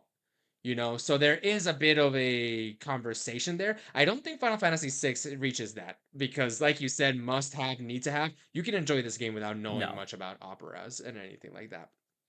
And I will say for the Avengers, I don't think that's as a one-to-one example because that is a series. So there is a little bit of, you don't go into Empire sure. Strikes Back without seeing A New Hope. So there is some, I think, sequels or later installments in a series have, it is fair for that artist to say, I expect you to have seen these things beforehand. Now, if it's something outside of the series or outside of the things where they are requiring you, it's a must have. You must have read the not Snowpiercer, the Cyberpunk one before watching Matrix. What is the Matrix is based on this book by uh Neuromancer? Neuromancer. Neuromancer, like that I don't think is a must have, but assuming, like, let's say that you could only watch the Matrix if you've read the Neuromancer, I think that's a little bit, it's fair for the artist to do, but it's also fair for the consumer to say, well, I haven't read Neuromancer, so I'm out. Like And so I'm out. Yeah. I think that as long as there is an understanding from both the artist and the consumer that you are a willing participant in this conversation of artist and consumer, and either one of you can be pretty much like, I'm out, and it's should just be out. That should be Yeah. okay. And so that's pretty much, this is a whole tangent, and I don't think Final It Fantasy is. VI is probably the best one because I don't think knowing these things is a must-have. I will say that hearing you say all these things has enlightened me a little bit and has made me enjoy this game now actively. And like, I'm like, wow, okay, I know part A had this piece, and that is very operatic now. And now I know that this and all these things, and how, given that this is a Japanese made game, something that we haven't really talked about is opera is a very Western thing. Like, they probably have the like Pacific North, not Pacific, no, the Pacific probably has their own version of what is a very theatrical medium. And so this is a very a point of this nation using something very Western and putting their own spin on it on their own game. Because I imagine that there's some things that we are ignorant about in Japanese or Chinese or Korean, where they have their own version of what an opera is, or not is in a theatrical, but the same level of A storytelling importance. Yeah, the vehicle. same level of important storytelling vehicle that they use that is very obvious to them that we might miss. And it's those Yeah. things that for me makes it so exciting to talk to people like you, Jason, who put in the work to listen, to talk about this literary and this philosophical part of video game. Because at the end of the day, video games are art, and just like any art, art is an evolution of what came before, and Yeah. you always need that. And knowing that information makes it, for me, so much more enjoyable to understand video games as an art. So thank you. Yeah, absolutely. It was really great to finally learn about operas because I had never really taken the full plunge. My last note on this segment, I think, great art should inspire you to learn more. I think in most cases, really great pieces of art will Mhm. inspire you or intrigue you enough to pull you in the direction of, wow, how did somebody make that? What was Shakespeare thinking when he wrote King Lear, when he wrote Hamlet? And what's the catalog and what's the history and the pedigree that brings you to that place? And I think if something like Final Fantasy VI is what gets you finally interested in, like, hey, I don't know what an opera is. Like, maybe, I think that's something that only great art can really do. And and I think my last note will be that I think as somebody who's interested in art, it behooves you to explore things that you're not familiar with and to take plunges and to take chances because tastes change constantly, and Yeah. it's a shame to close yourself off to something if you haven't tried it. Open minds. I will say that it isn't just art. Good art inspires you to learn more. And I think that goes even deeper because as you were saying that, I was actually kind of laughing along because that is a very normal experience as an engineer Yeah. to think about. Even like engineering, math, oh, the furthest thing from arts. But there are so many things that you see in video games or in movies or Yeah. just animation and all these things where you're like, how the heck did they do that? How did in Portal, how did they make it so that you could so seamlessly render infinite portals when you're looking through two portals looking through each other? Because that is graphically very difficult to do in all these things. So I think that it goes even beyond just art. There is great human experiences compel you to learn more about that experience to make better experiences in the future.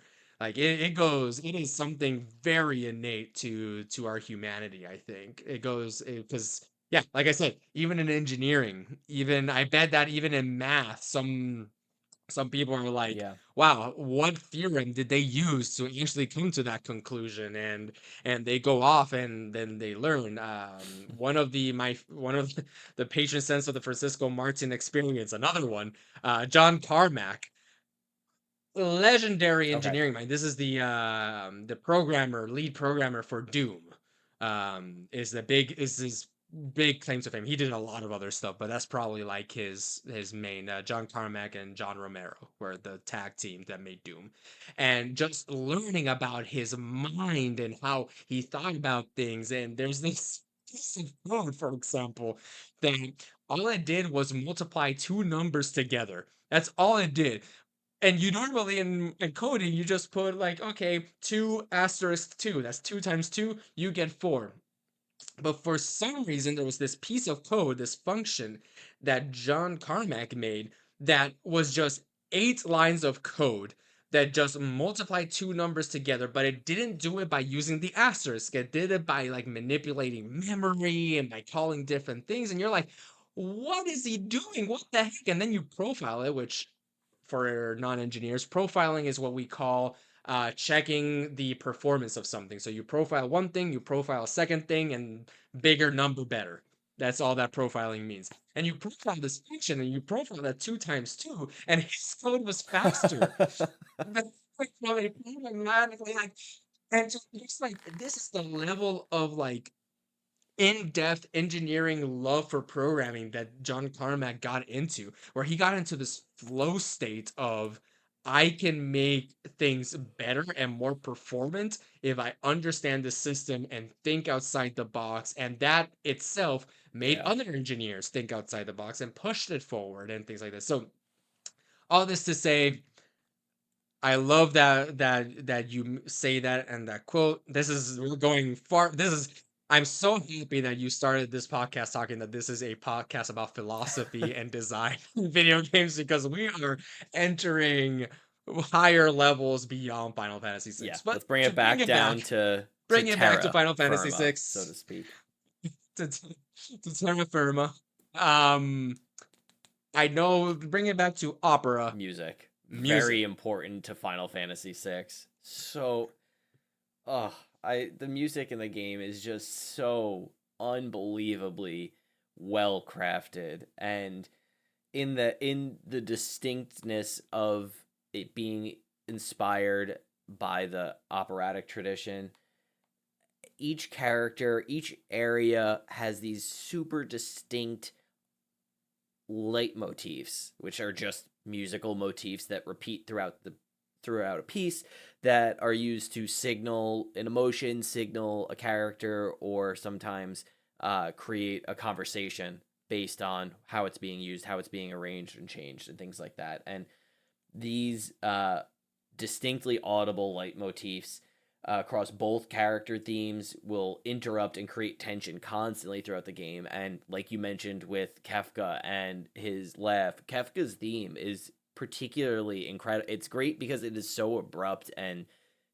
jarringly distinct from a lot of the other characters, that when Kefka is on screen, when this again, Kefka is one of the villains of Final Fantasy VI. Kefka and Emperor Gestahl are the two main villains, and Kefka is iconic in Final Fantasy history. He is a mad clown, literally just court jester style, and in many cases, in many ways, Kefka is evil for the sake of being evil, and often is seen in a conspiratorial, sort of Shakespearean manner, sort of rubbing his hands together, mustache twirling in the background, like he addresses the player directly, breaking the fourth wall. And Kefka is this sort is iconic for being. I would say that Kefka is a villain's villain in much the way that Sephiroth is like the 90s gamers villain. Sephiroth is what everybody wants to be. Sephiroth's so cool. Sephiroth's like just awesome in so many ways, and he's calculated and cold, and his evil seems to have like a distinct reasoning behind it. Kefka is not distinct in his reasoning.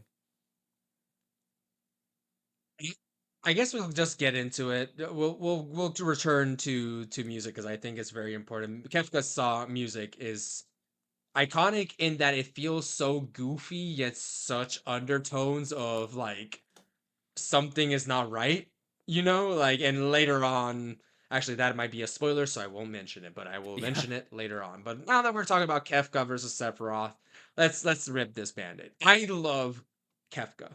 I love villains that are evil for evil's sake. Like, too much, we've gotten into the weeds too much in most recent modern media, where villains need to be the three-dimensional, and there must be like this backstory to them as to why they're evil or whatever, and all these things. And sometimes you get great stories with great villains like that.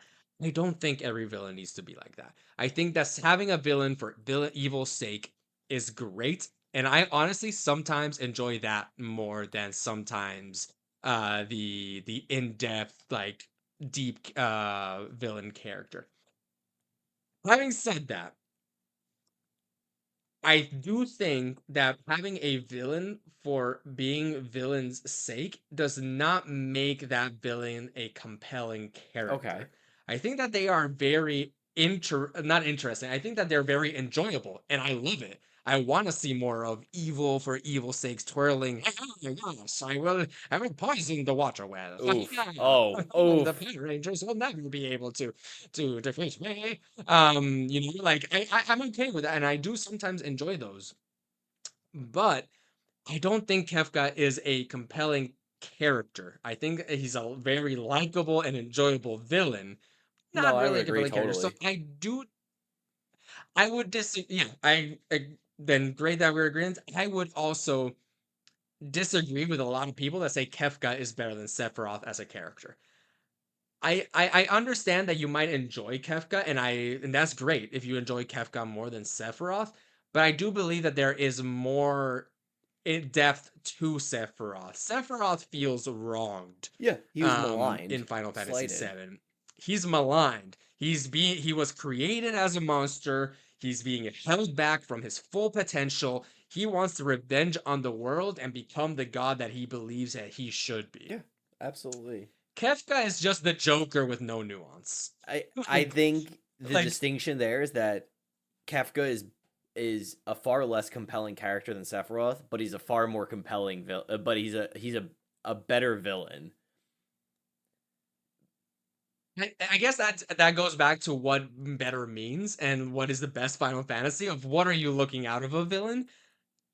I wouldn't call that a better villain. I wouldn't even call it more enjoyable. It depends on what I'm feeling that day. Yeah, Sometimes I'm feeling a deeper character like Sephiroth, and sometimes I am feeling a Kefka. And let's just get this over with. the You human are evil for experience. evil's sake. Yeah. Inside of you, there are two You wolves. mentioned that, but maybe this is the villain spectrum. One side you have Kefka, and one side you have Sephiroth. Honestly, I don't think Sephiroth should be at that end. Sephiroth is probably at the 75 percentile, and you have more like Killmonger, where you're like, damn, dude, I kind of agree with the villain on this one. This is the point Yeah, on this one. Kind of do like I guess that would be the end of the yeah, spectrum, and Sephiroth is not there. And Kefka's on the other side where he's just I'm just the villain. I'm here to do evil stuff. Um, Also, I don't feel like Kefka is, without going into spoilers, I don't feel like Kefka is that intimidating of a villain from a gameplay perspective. oh. um there's a juxtaposition between Kefka and Sephiroth where Sephiroth you get to see his actions before you fight him. You get to have a flashback where Sephiroth is right next to you and you see him like deal 99999 damage while you're only dealing 10 Hmm. damage.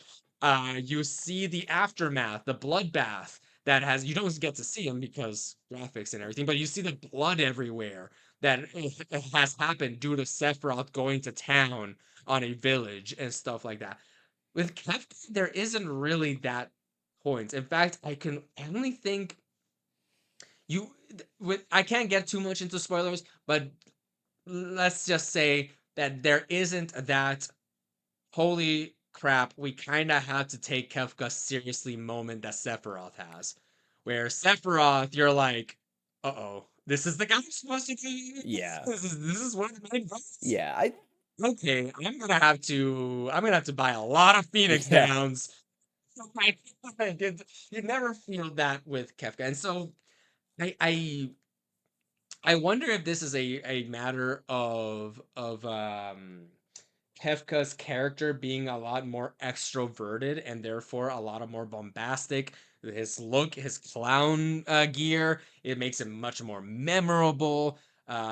This one was designed by Amano, and it shows. Yeah, While Sephiroth was designed by Nomura, and it yeah. shows. And so you have this character that I would accept saying Kefka is probably more memorable. No, I can't even say it's more I don't memorable think because Kefka's Sephiroth's theme more memorable.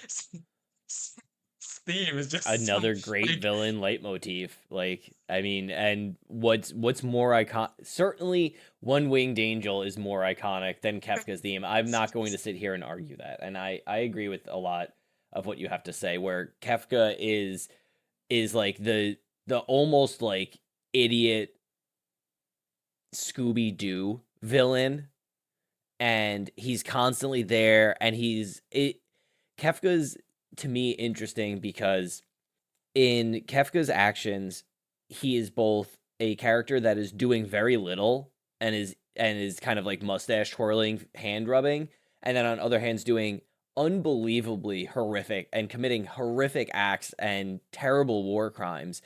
Whereas and he is always front stage. You're never too far from a Kefka appearance once he starts showing up, and he always shows up to go as hard as he possibly can, doing like the dumbest, worst thing.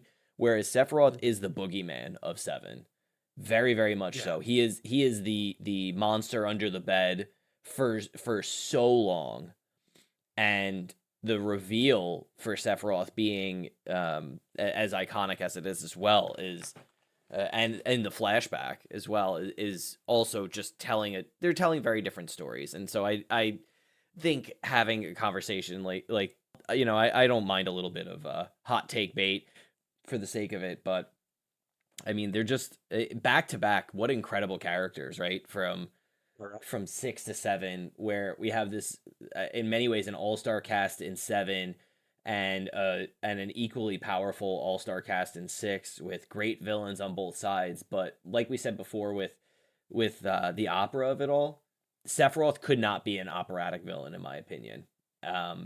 He's too reserved. He's He's too too. in many ways I find, yeah, he's too reserved, maybe too thoughtful.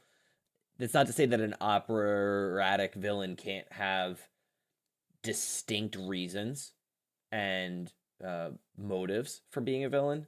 However, Kefka embodies the jester in many ways, including the jester's law of I can say what I want and I can do what I want because I'm just the court clown. Nothing I say matters, so I have full reign to insult anyone I want and do whatever I want. And we see that with in his relationship with General Leo, in his relationship with uh, Emperor Gestalt, and the way he treats Celes as well, who is formerly a member of Emperor Gestalt's empire, which I don't consider that a spoiler. That's in the first 10 seconds of meeting her. Um, and it's the ways in which these characters are so intrinsic to the how these game creators are telling these stories that make them both unbelievable and memorable villains in their own right. And I realized we got pretty far off of music here, right? And we kind of took this meandering path, but I think that's kind of the joy and beauty of Final Fantasy VI, where these leitmotifs are so intrinsic to the characters that they constantly pull you on these they pull you down these rabbit holes of exploration as you start to understand and see these characters. Like the overworld music in Final Fantasy VI is Terra's theme, so you're constantly met with Terra's theme throughout the story.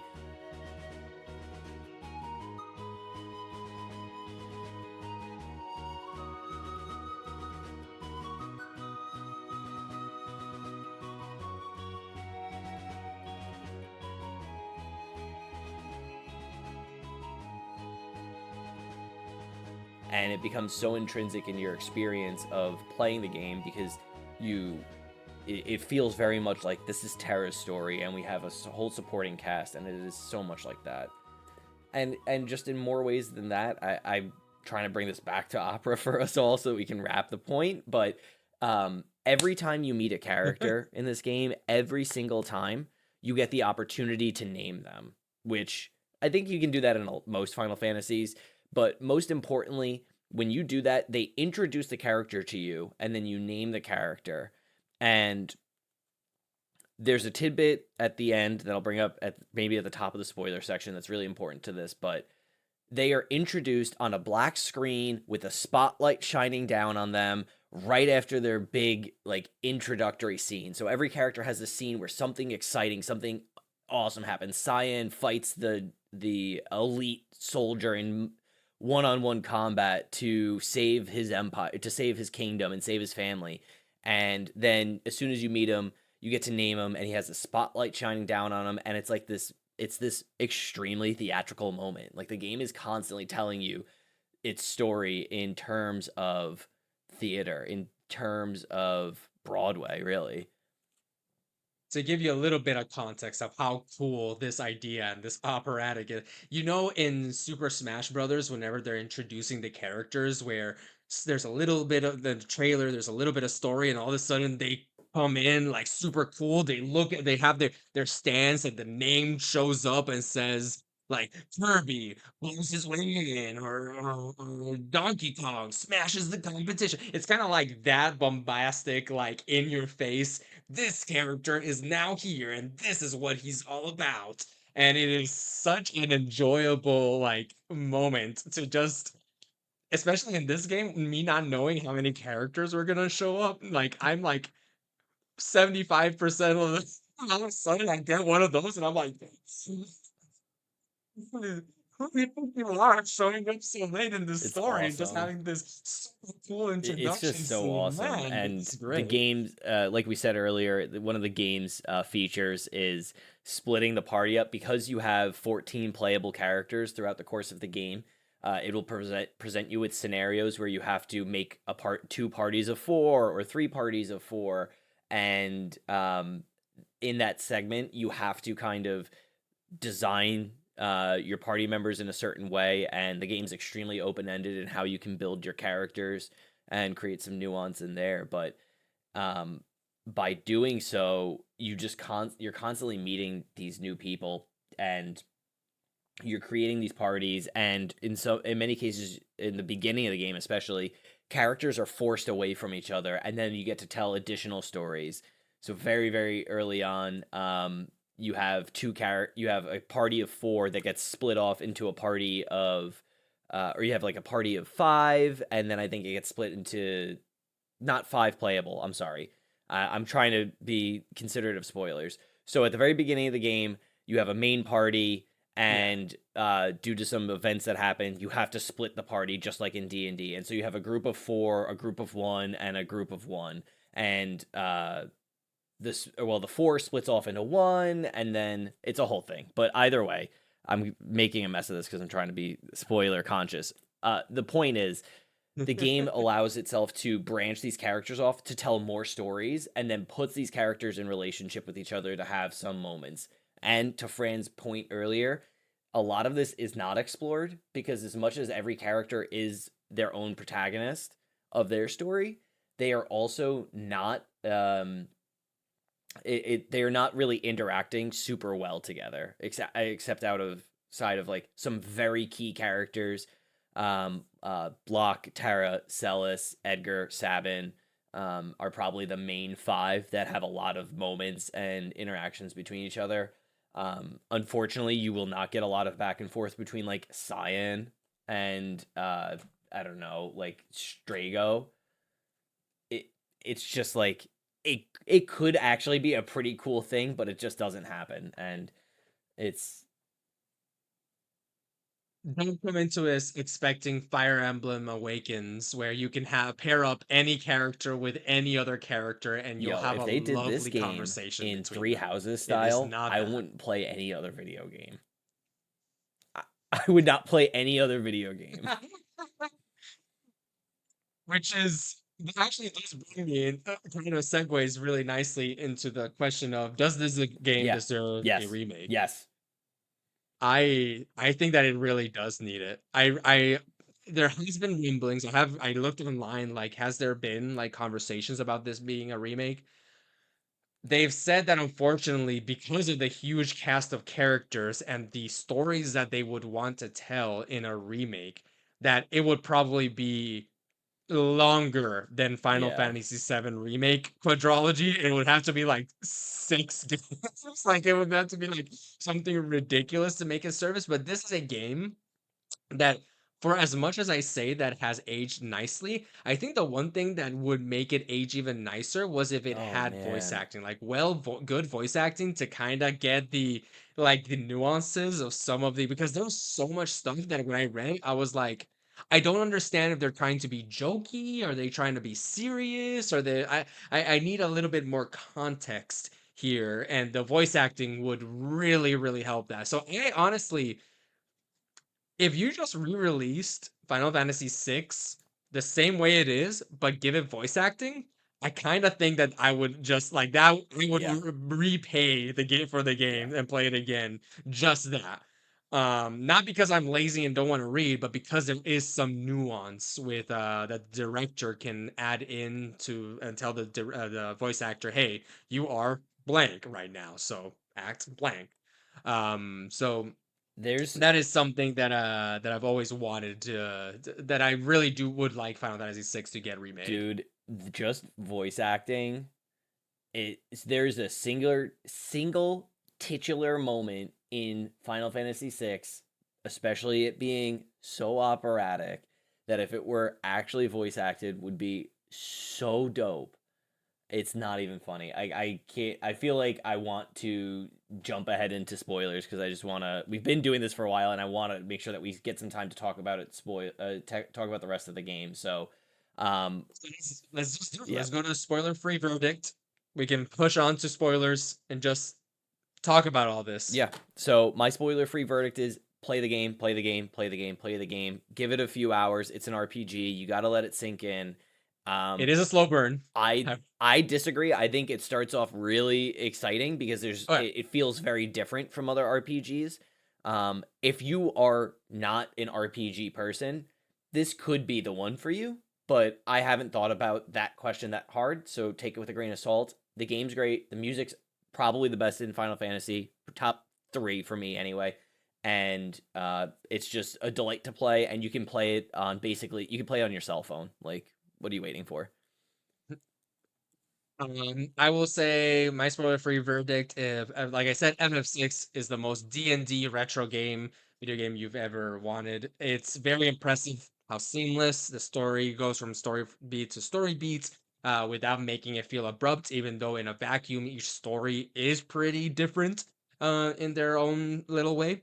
If you're looking for a solid RPG that has aged very well aesthetically, music that, while I personally wouldn't say is the best in the series, I have been listening to it over and over again to kind of like get acquainted. It's something that I've noticed about myself as I get older. I think it's much harder for music to get stuck on my brain as much. Like there's been games and movies that I've seen that I'm like, I really liked the music while I was watching it, but now I can't really sing it back. I can't really like, I couldn't tell you why I liked it. So it is an effort for me to re-listen to things so that way I can be like, oh yeah, that's what I liked about it and all those things. So if you like all that, do it. However, if you're looking for a little bit of a grander story, a more cohesive story, a more tight-knit story where your decisions actually matter, if you want more D&D than what a retro SNES game can provide you, just play Baldur's Gate 3. Play Mass This isn't that Effect. experience. Play Mass Effect. This isn't that type of story, but I would also recommend. Yeah, fantastic. Well, uh, all right, listener. Thank you if you are leaving us. You've been with us for a while, and I so appreciate you joining us for Final Fantasy VI up until spoilers.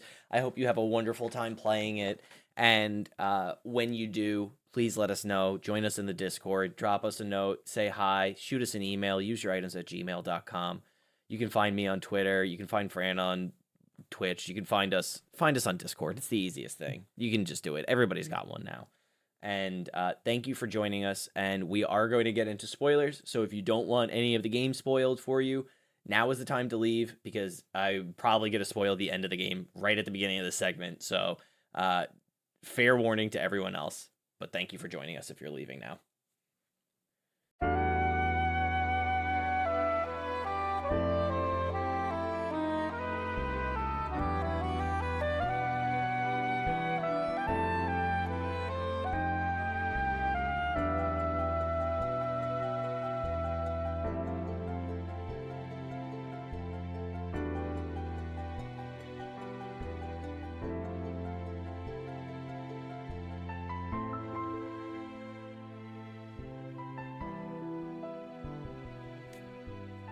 Alrighty, and we're back from a little break. Fran, how are you? I'm doing quite well. I got my bevy in here, a not sponsored strawberry lemonade seltzer. So One day. one day, One day. one day, send us Polar, where you at? Hit us up. Hit us up. I'll do work for you, man. I work so damn hard for Polar Seltzer. I love that so stuff. good, so good. So we're here. We're finally here. Enough beating around the bush. Let's go with spoilers. This is That's where it. it's gonna get We're into the deep spoiling shit. it. Now we're gonna get into the spoilers and we're gonna tell the story. The story is not that deep. It is a pretty straightforward story. This you're here for the characters and their side stories. Those are the important stuff. So the big spoiler of this game is that the story is split into two: the world of balance and the world of ruin. So In the world of balance, to give you a bit of a rundown, the objective is that the player is in the world of balance. There isn't a name to the Earth. We'll just call it Earth. And they need to stop the Gestalian Empire from taking over the world, which is why named after Emperor Gestal, who is and his second in command Kefka, and they're trying to find the homeland of the Espers, and the Espers are a race of magical and powerful creatures that they use as fuel, so to speak, to power their magic tech and their machinery of war. Um, Weirdly enough, this is where the story ended, actually. The story originally in development, the story was that at the end, Kefka and Emperor Gestal find the source of the Espers, of the source of their magic, which is the Warring Triad. And that's where the final battle happens. The player wins, and that's it. It's over. That was the original ending for Final Fantasy VI. However, they actually kind of finished with way ahead of time, so much so that they decided, hey, what if we add to the story? What if the party fails? So in this point, we've been beating around the bush, and the reason we've been talking so much about Kefka is that Kefka betrays Emperor Gestal and becomes the main villain of the game from here on out. He takes over the Warring Triad. The player fails at stopping Kefka from finding the Espers, gaining their power, and becoming sort of a demigod. And in this process, being evil for evil's sake, decides to destroy the continents of the earth, creating the world of ruin. And at this point, this is about, I would say, 3/5 through the game. It's not exactly half, it's a little bit after half of the game. It's a little bit difficult to put percentages to things because as we'll see in World of Ruin, you wake up as Celeste after a whole year has gone past, and she's been in a year-long coma. She's learned that the party has spread out, and she becomes determined to find them and stop Kefka. And this is where I get to like it's kind of hard to put percentages here because technically you don't need to find all the party members to go to Kefka. They do a bit of a Legend of Zelda Breath of the Wild here where you could technically go straight to Kefka if you want. Yep. But you need to at least find two other key members. It's Celeste, Setzer, and Sabine are the three members that you must find to be able to get to Kefka's tower. Um, and this is where the game does one of its good magic tricks of essentially how does each character react in the face of adversity? Like we've lost. Literally, the apocalypse happened. Kefka did the equivalent of nuking the whole Earth, so much so that now the continents have been spread apart and cut and cratered. Everything's Everything is dying. dying. Everything is different. And that is where the game continues until you decide, hey, let's go fight Kefka, and you go to Kefka's tower and you beat the big baddie and you win the game. So that is the spoiler horrific of the story. Spark notes. Spark notes down to one sentence. You try to fight the evil empire, you lose. Evil empire succeeds. You are now trying to get the band together to stop empire. Yeah. And I think to your point as you're describing points in the story, I would say that this is a 3-act story, and act 1 is the beginning of the game to the opera. Act 2 is the opera to the Warring Triad, and Act 3 is the entire World of Ruin. And that's I just sketched that out here because I've been trying to figure out how to like break up the acts of the game. Um, and to your point, I think that this developer trick of the party actually loses is just so critical to it being an opera because the world of balance, this is how my buddy Brian put it, was that the first half of this game in the world of balance is all dramatic storytelling. It's extremely powerful dramatic storytelling. So The stakes are very reasonably high. You have resistance, you have an evil empire, you have like evil generals, and then you have like almost more sympathetic generals who are like interested in the honor of war. You have very honorable warriors in Cyan, the Kingdom of Doma, and Figaro. You have the king. You have these archetypal characters, creating a resistance, creating a series of situations that they are the only ones there to solve. This is your Star Wars. This is this is a plot that we've kind of seen before, and we will see again And too, to that right? end, oh, And so the sorry. stakes, yeah, no, And no, to go ahead. that end, how you mentioned of like the stakes are pretty high. The stakes are pretty high, but at the end of the day, the stakes are an empire takes over some other neighboring country. So while the stakes are high, An an evil evil empire. empire, it isn't the world gets torn apart bad, right? Like this is something that like, oh, this is we're stopping this evil empire from taking over these countries, and that's the right thing to do. But at the beginning of the game, it's never in your head like, oh, they're going to like destroy everything. In fact, again, Emperor Gestahl, he gets betrayed by Kefka. He never wanted this. He didn't Yep. want, like, he just wanted to control everything. Like, he was evil, but he wasn't Kefka evil. He lusted for power, Exactly. So, for control. it's very dramatic, like you said, of like you feel like the story starts at a 10 where Terra is a slave of the Empire. She has this mind control Control crown crown. on her that forces her to do the bidding of the Empire. And she, through the beginning of the story, her crown breaks, and she just we learn that she pretty much has had that crown since she was a baby. She has had absolutely no memory of what she used to be, of anything, where she Where she came came from. from. Spoilers, Yeah. she ends up being half human, half Esper. So the reason that she can use magic so well, because magic is kind of a difficult resource to use. Only certain people can use it if they've been infused with Esper oil or Esper magic, so to speak. So Terra is the main conceit of Terra's side story. If we want to get a little bit into side stories, and I'll let you go back because I know that you want to talk about the Opera House. We need to talk about the Opera House. Yeah. No. Is No that problem. Terra is finding out in a world of adversity. She's not just finding out.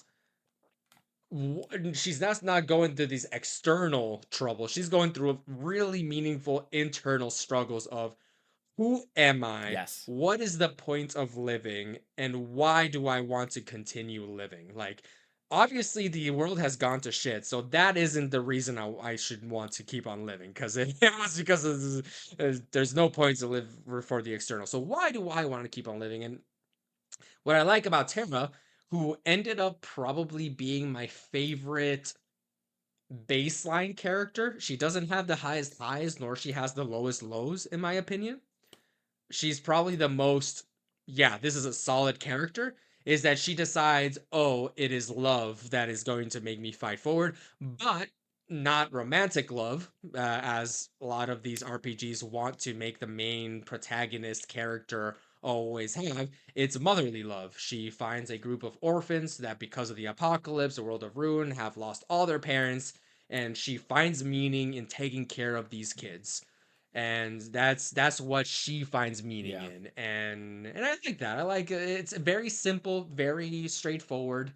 For Terra is the most important, probably, protagonist of the group, being half Esper, half human. She's the inciting incident of Sure. everything. Because of her, the villains are able to find the homeland of the Espers, because she's trying to find it as well, and all these different things happen with her, that if you had to choose one protagonist, it would be Terra. But you know, I it's one of those guess. like, I guess I'll choose you. I guess you are the protagonist, because I mean, the problem with that. So my only problem with that logic is that you don't have to that's recruit fair. Terra in That's the world of fair. Ruin. So like you could you you will find Terra. So the World of Ruin opens with Celis, and to me, the World of Ruin represents thematic storytelling as opposed to the dramatic storytelling of the World of Balance. And we go into these individual character themes. And much like you said, one of the major overarching general themes of the World of Ruin, especially, and it is writ large across the game, is this idea of meaning making and purpose driven life. And how each character is seeking out purpose. And Tara's here is to understand love. As her story unfolds, she starts off feeling abandoned by her family, not knowing where she came from, and trying to fill this hole, this gap in her heart. And her question is a question of love, and that question is initially sort of prompted by Edgar being a bit of a womanizer, and it's not really my favorite part of his character. Unfortunately, I think it's an unfortunate sign of the times. It's a little dated. And then Locke, whose storyline is extremely dated, in my opinion, and one of the reasons why I don't like him. But before digressing into that direction, I think Tara's Celeste is really the protagonist of the World of Ruin for that reason, and the way and something about her story just really speaks to me. But Tara being optional for the final boss, you never have to actually recruit her. You can leave her mothering the children.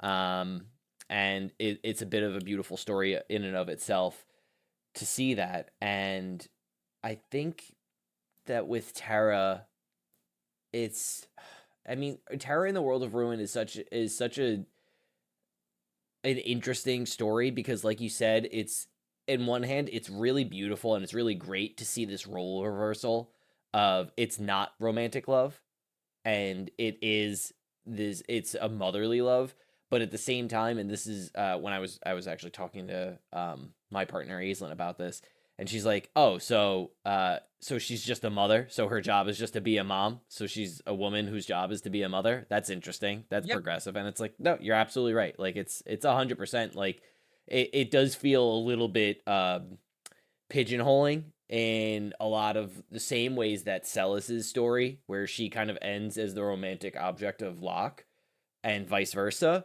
it feels very limiting and very hemming, and again, a sort of unfortunate result of the pat ending of the story. I do have a note on that, and it has to do with Midsummer Night's Dream. So I'm gonna I'm gonna docket that one for later. But I I think your point on Tara is really interesting to kind of see that she is almost um how do you say, she's subversive to your expectations in a traditional I think we RPG need to setting. get into like I keep saying that we're going to the opera house, but maybe it's better to talk about the characters now before entering the opera house. Yeah, I don't really. I think that makes sense because once we get to the opera house, I'm gonna start talking about Ultros, and I'm not gonna stop, and I'm gonna have to be sent. I'm gonna have to be. I'm gonna have to be Okay, so let's talk a restrained. little bit about the characters. So Tara, first character, as I said, I I like her. Yes, it is very dated in that she's just a mother. Um, while She yes, resolves her story as a mother. very very. I will say this game, Final Fantasy VII, had so-so, women representation. Like there is a case to be like, oh, it's better than the time, or it's worse than the time, or anything like that. This game, God, I It's stated. women as It's women were just in this game. We need to talk about Celeste and Locke. I don't want to, but we gotta. Locke Okay, is so so problematic. Locke and Celeste, as we've said, end up being romantically involved, as in they are goo eyes for each other. In a vacuum, this is fine. I like love stories, regardless of. There's nothing wrong with it. There's nothing wrong with Here's the it. problem. we'll talk about Celeste being pretty cool character besides this point, this tidbit that we're about to say. Um Locke is, a like I said, a treasure hunter slash thief. And it's very kind of creepy, disgusting, because his whole gimmick, his whole thing in a vacuum, I'm going to remove Celeste from this, is he on an expedition had his lover with him. And in that expedition, Rachel. And in that Rachel. expedition, Rachel has a horrible accident and essentially becomes coma. No, she loses her memory, and because of losing her memory, she doesn't remember anything about Locke. Because of all this, Rachel's family says, "Hey, Locke, I don't think that it's this. First of all, this is your fault that she lost her memory, and second of all, she doesn't know you. She's not the person you knew. It's you can't just keep on coming back in here. You don't belong here, Get the fuck dude. out. You don't belong here It's anymore. you're a stranger to her. It doesn't matter what your feelings are. You're at this point, you're stalking her, and so he, It's a yes, real moment of tragedy that I think so that it takes a happens, real left and turn. that by itself, I think, would have been an appropriate good story.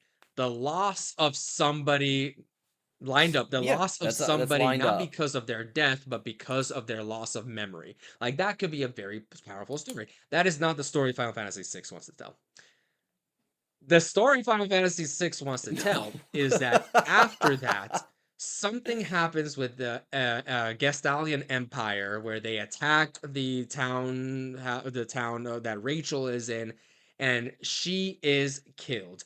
And in her final moments, she apparently is gravely injured Gravely and injured, calls right? out to Locke and remembers Locke. To which he comes back and isn't able to save her. She dies, and he now has multiple levels of guilt that she lost her memory in the first place because of him, and guilt because he wasn't able to protect her, even though in my opinion it isn't his responsibility anymore to protect her. She is a stranger. You don't know each other. Like you can be a superhero and want to protect everyone, but this level of like wanting to protect her specifically is a little bit unwanted anymore. That would be, I don't think Locke's an honorable enough character to say that yeah. like he's just out to save people. Like I don't think that Locke's like honorable like that. He does That participate in in of honorable itself is acts, my but story. This is fine. So far, nothing yeah. problematic.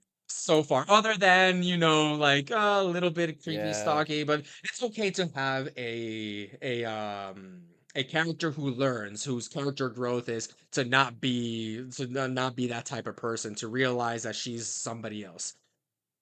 Oh boy. Next, so he takes Rachel's body, gives it to this doctor, magician I person. get like They don't alchemy vibes. alchemy vibes to preserve the body of Rachel because he, as a treasure hunter, has learned of a magical device that can bring people back from the dead. And so he is now resolute on finding this magical device and raising her from the dead. We're getting further and further away with me being okay with this. You know what? It's weird.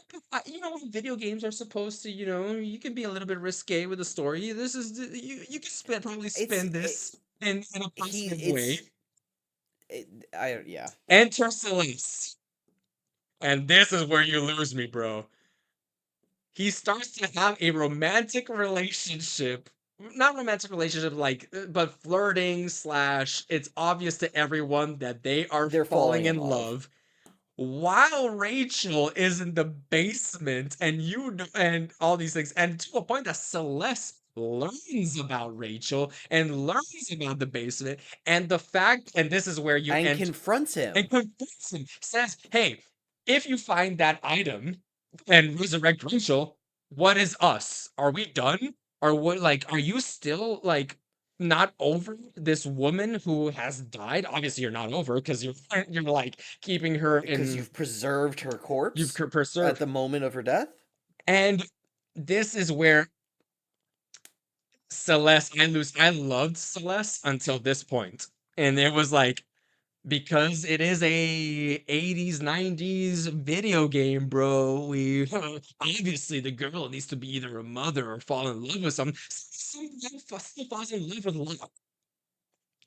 I that should have been the end of it. The end of it should have been Celeste confronts Locke and Celeste being like, you know what? I don't think you are in the right minds, like right of mind to like. I'm not interested in being your second option here.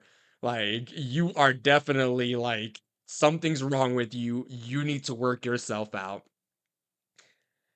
But that isn't the story. The story is this is where I think that probably like probably who created Locke? Was it Kitase? No, it wasn't Kitase. Kitase made Celeste. Locke was created by Sakaguchi. This is probably something that Sakaguchi made and like made the whole storyline of Locke, and then Kitase made the story of Celeste, and then at some point they're like, well, Celeste needs to, fall in love with someone because she's a woman. Otherwise, what's the point? Otherwise, she should be a boy. Like, One of three women in the entire God cast. damn. Oh, I don't want to talk about the third woman. I mean, it's It yeah. is. It is so awkward. And the thing is, you do find the artifact to bring Rachel back. Well, it's Phoenix. It's the It's the Magicite for the Esper Phoenix, which is the only Esper that can teach you a raise in the game, which is the only spell that will fully resurrect a dead party member to full health. yes. So it's very iconic. It's very appropriate. It's very thematic, and for me, this is the final straw in the Locke Celis relationship is when Rachel is resurrected with the power of Phoenix just for a moment because it doesn't have enough power to bring her back permanently. And she says her final goodbyes and basically sends Locke off on his way to guilt free continue loving and being with Salas. And the whole thing is just so pat, and it's so the whole thing just like really just screams like dated chauvinism is really all it is. The whole story just like you laid out just feels so unbelievably just like bleh, like gross. Like it starts off as like a very reasonable love story told in the high drama fashion of operatics, Mhm. and it just plummets after that because Locke is obsessed with Rachel, absolutely obsessed. And it is, to me anyway, maybe to you as well, listener, to you, Fran, it is so obvious that Celis is basically a one-to-one replacement for Rachel, and Celis is given so much characterization to the player, and you don't reunite again. Locke is completely optional in the world of Ruin. So when you are reestablishing the party in the world of Ruin, Celis and Locke never need to be reunited. But if they are reunited, you are in a position. They are in a position of like they fall in love, everything's happy, everything's good, everything's great. Like you resurrect Rachel and she says, "Yeah, you can go be with your other girlfriend. I have no problems with it. You're the best. We love you so much, Locke. Thank you. Goodbye." It's just gross, man. Like I just the whole relationship is just like I at its best it's vapid and like trite and in many ways just kind of like I would say almost a little too simple, like too cut and dry for like some of the nuance that the other characters get. And in the worst case, it's severely minimizing Celis's character and her agency. Celeste is such a cool character, and that's the biggest gut punch is that the characterization that you've gotten of Celeste to this point is she would never have fallen for Locke. Like this is not the same character. Like she it It doesn't. doesn't feel. It Okay, feels I guess we very should talk a antithetical. little bit about Celeste. You mentioned that she used to be part of the Empire. The big thing about Celeste is that she used to be a general of the Empire. She's been siphoned with Esper magic, so she can use magic. Um, Her and Kefka are the same. They were made the same way, but Kefka's whatever they did to Kefka, it didn't work for him, and he mm. went crazy. He became mad, and So Celes yeah. did not. So Celeste gets infused by this magic. And at some point, the big like reveal of Celeste that you don't know about is whose side is she on? Like she at one point, the Gestalian Empire says, actually, you've had a spy, and it's Celeste. Celeste has actually been working for us, and she acted like she was actually on your side. And there is a little bit like it doesn't last long, it's only like 10, 15 minutes where you aren't sure, wait, is Celeste a spy or is she on our side? It's a pretty It's a good really good twist, twist. and I really like her, but she's very, as a character, this is something that I wrote in my notes. Celeste is the prototype for Cloud. Celeste is an infused, right? Huh? Infused magic wielder. She's part of a soldier, essentially, the Stallion Empire's version of soldier. She is blonde. Like, she, they're both hot. No, I'm just like, she feels like she was like Nomura, not Nomura. I forgot the director for Seven. Was like, huh. I like the idea of this character that used to be part of the evil Entendre and has been infused with magic and is really powerful because she is one of the most powerful characters in the game. Like if you, she's so She's so good. good. Her and Tara Yeah. just So rip. and using her like throughout the rest of the game is like I feel like she kind of in low key is a prototype for Cloud almost. Um. I kind of see it. I was getting some Kate Sith actually because I Oh, had a moment where I fair. was like, oh wow, actually there's a secret agent in. Sorry, spoilers for Seven. There's a secret agent in Seven, and and it's somebody that's in your party, and it's not somebody you expect, and then it's like Kate Sith in Mhm. Seven, and yeah, that's an interesting point. As I wouldn't do her so dirty as to say that she's just a prototype for Wouldn't that Cloud. be the opposite? Um, Wouldn't that mean that she's the progenitor? She's like the original. Like you like Cloud, you'll like Celeste I even better. just I mean, I'm just nitpicking you. It sounds a little minimizing, that's all. And it's like I think Celeste gets minimized Yeah. enough by Locke as She it is. also has a very when she wakes up from her year-long coma, she has a very powerful scene in which she tries to take her life. Um, this is I wanna yeah, pause here for a second because I don't wanna brush yeah. past Okay. Celeste's opening, and we're in this space of talking about Celeste and Locke. And when you start the World of Ruin, you don't even fight Kefka at the end. So the end of World of Balance, the end of Act Two of the game, as I'm gonna call it, you are on this floating continent that is raised from the water. You see the Emperor Gestalt and Kefka fighting over this warring triad, these three statues of the original gods that made the planet, and they're made of magic and whatever. Kefka betrays the Emperor, becomes all powerful. You have to make this daring flee, escape maneuver where there's a timer ticking down, whatever, and then you escape. The world basically explodes. Kefka, like wipes out civilization on most planets, changes everything, like Fran said. And then you wake up on an island as Celeste. And you wake up from this coma after a year, and you are in this cabin, and you are met with Sid. The Sid of this game has almost no role. He is seen in two scenes, and he is most notably the scientist that worked for the Emperor, and he designed Kefka and Celes, specifically Celes. He like manufactured that process, and so in many ways, they have a father daughter, I think grandfather granddaughter relationship is how they describe it in the game. And so Celes wakes up, and this is a very beautiful and like moving scene, and there's a trigger warning here. I'll post it up, actually, a trigger warning for suicide. But there's like this really, it's like a very brief scene with Sid where you wake up and he's like, oh, actually, I'm really sick. I'm like so sick. I just need to lay down in bed. And you have to go get fish from the ocean nearby, and you have to bring him fish. And depending on the quality of fish that you get him, he will either live or die. And yes, so you have a choice. He will either live or die, and it is determined by the quality of the fish that you get. Because when you grab fish, yes, I didn't know this either. The fish that you grab from the ocean, either move really fast or really slow. The really fast ones are healthy, good fish. The really slow ones are bad, bad fish. Um, and so if you don't feed him enough good fish, he will die. The problem with this is that the story, if he lives, makes Celis's arc feel so I don't want to say bad, but it feels it's far less dramatic, and it's just so trite. So the solution there is you feed him enough good fish. He's like, "Oh, I feel better, but I'm just gonna rest. Why don't you go?"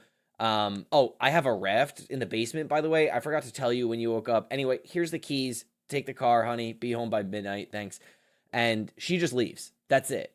She finds Locke's bandana. She gets the keys to the raft, and she leaves. And that's it. That's what ends if Sid lives. And this is a choice that the developers left in, which is very odd to me that you had this option. But if Sid dies, there's a really, really heartfelt moment of Celis coping with an absolute utter lack of purpose and an absolute lack of meaning in her life. She has nothing left to live for. You're stuck on a tiny island. There were other villagers on this island, and Sid tells you that they threw themselves off the cliffs to their death rather than live in this dying world.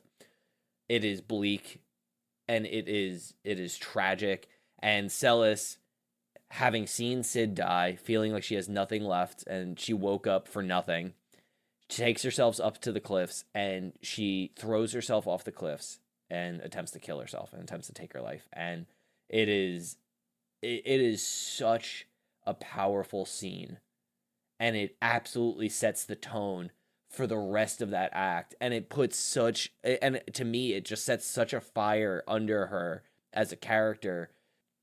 The resolution is that she survives, and she finds Locke's bandana, Yeah, I which is wish the she's. problem for me. And she is like, he's alive. I know who this belongs to. Maybe my friends are alive. And then she finds a note from Sid, finds the raft, and then she leaves. And then she starts to get reunited with Sabin, and then Edgar, and the rest, and then Setzer. And the fact that it's Locke's bandana that sets it Yeah. off is a big problem for me, because it feels again reductive to her character, who just went through this absolutely tragic and just heartfelt scene of just utter misery and just complete loss and hopelessness and powerlessness. And yeah, I choose to believe that it's representative of her friends, of the party members, of the people that she met along the way that gave her life meaning. In the first half of the game was the people that she knew and loved. I know better than that, but that's how I choose to interpret it. And it sets the tone for the rest of the act. And so on that, and knowing that the developer said that you could just not have this experience is like Yeah. mind-boggling to me.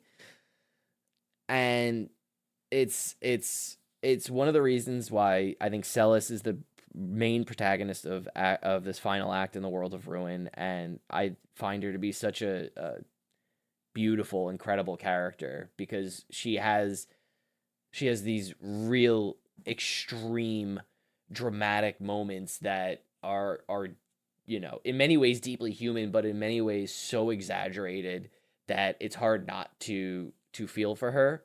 And I'm just trying to keep couching my opinions on this, on like the Locke Celis of it all, in the fact that it is supposed to be an opera, and like it's supposed to be dramatic and like a little crazy, but Yeah. it's still not the best. So yeah, so Celis in her moment is just Yeah, reunited I with I'm gonna Locke. be real with you.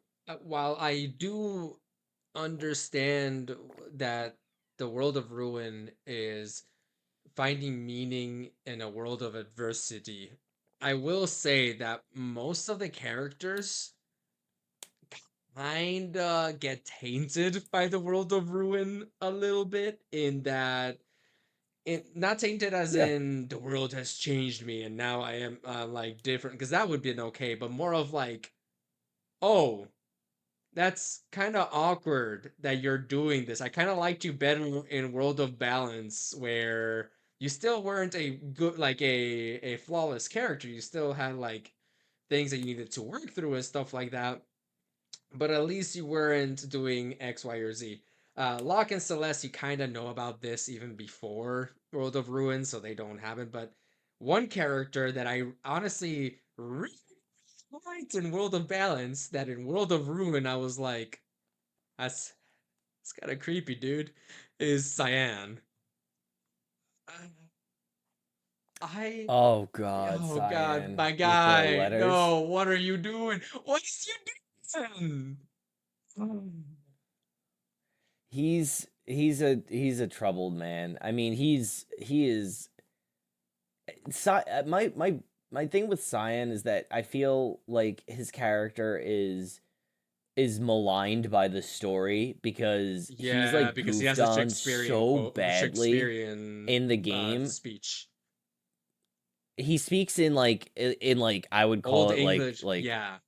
I don't know, like ye old English. It's not real old English. It's like that's very Yeah. stylized, like Renaissance speak, like thous and days and me lords, and nobody else speaks like that. And it's like he gets goofed on by a lot of characters in the game. Like, oh, you talk funny. He has one of the most tragic stories in the game. Kefka, Cyan is the general, or is like the main like general dude in the kingdom of Doma, and Kefka in when he's in charge of the war machine rolling on the kingdom trying to overtake it for the Gestalian Empire. He's in charge and he poisons the water supply. He wipes out every single person in the castle except for Cyan and kills Cyan's wife and child. And it is so tragic and so heartbreaking, and he just gets goofed on by the game. And in like you were mentioning, in the world of Ruin, there's a character, just a woman, in the town of Moblitz, whose boyfriend is a soldier, and he gets sick and hurt, and he was like writing her letters before the world ended, and Cyan takes up that role, and he starts writing her letters as if he was her boyfriend, and he started making her silk flowers, and he would send them to this woman to And allow listen, her to maintain hope. Cyan, before we get too And deep in it, because that's already getting creep. Like that is like, I don't like that. Cyan, what is he doing? He has probably the best side story. I almost like the Phantom Train is freaking. There's this whole area, so there's this whole area where yeah, Sabine and Cyan, right after his family has been killed by poison, he's filled with anger. They go after Kefka, they're going after him, and they get trapped in this train that is the train that is taking souls to the afterlife. And he gets to see his wife and son one last time, and he's trying to run after them in the train track, like, don't go, please. And it's so hmm breaking, and you're like, I'm so sorry, and everything. And then later on in the world of Ruin, you learn that he's been stricken by this monster that is in his mind, that is taking over his guilt and taking over his soul and his trauma. it's And his you need trauma. to go into his dreamscape to kind of like fight this monster. And he gets this heartwarming final conversation with his wife and family, saying, I'm sorry I Family. couldn't be there, and then being like, you can't be feeling guilty. There's nothing you could have done. And it's just, Cyan for me was probably the most emotionally, I felt the most for Cyan. But there were two things Yeah. that couldn't help. One, obviously the letters. Well, I don't know. I don't know. I mean, I see your point. It does seem kind of weird, but did you To the did you ever woman. bring Cyan to the woman No, no, I that he was guess writing not. letters to? So if you bring Cyan in the party to the to the woman that he's writing to the person that he's writing these letters to, Mm, he will admit to her that he had been doing that, and that mm. it was in a place of deep despair and loss and tragedy over his family and what he lost in to Kefka when the world ended, and was attempting to keep this hope alive because he thought that hope was like a Maybe beautiful thing worth keeping. And I almost, if you have a save, I would implore you to, or at least look it up, because I feel like it's a little bit redemptive of the position where he's coming from. I don't get weird vibes from Cyan. I get very like maybe patronizing vibes. And I could see that, and I could give you that, but I don't the really reason I read it think as I like read it super super weird weird.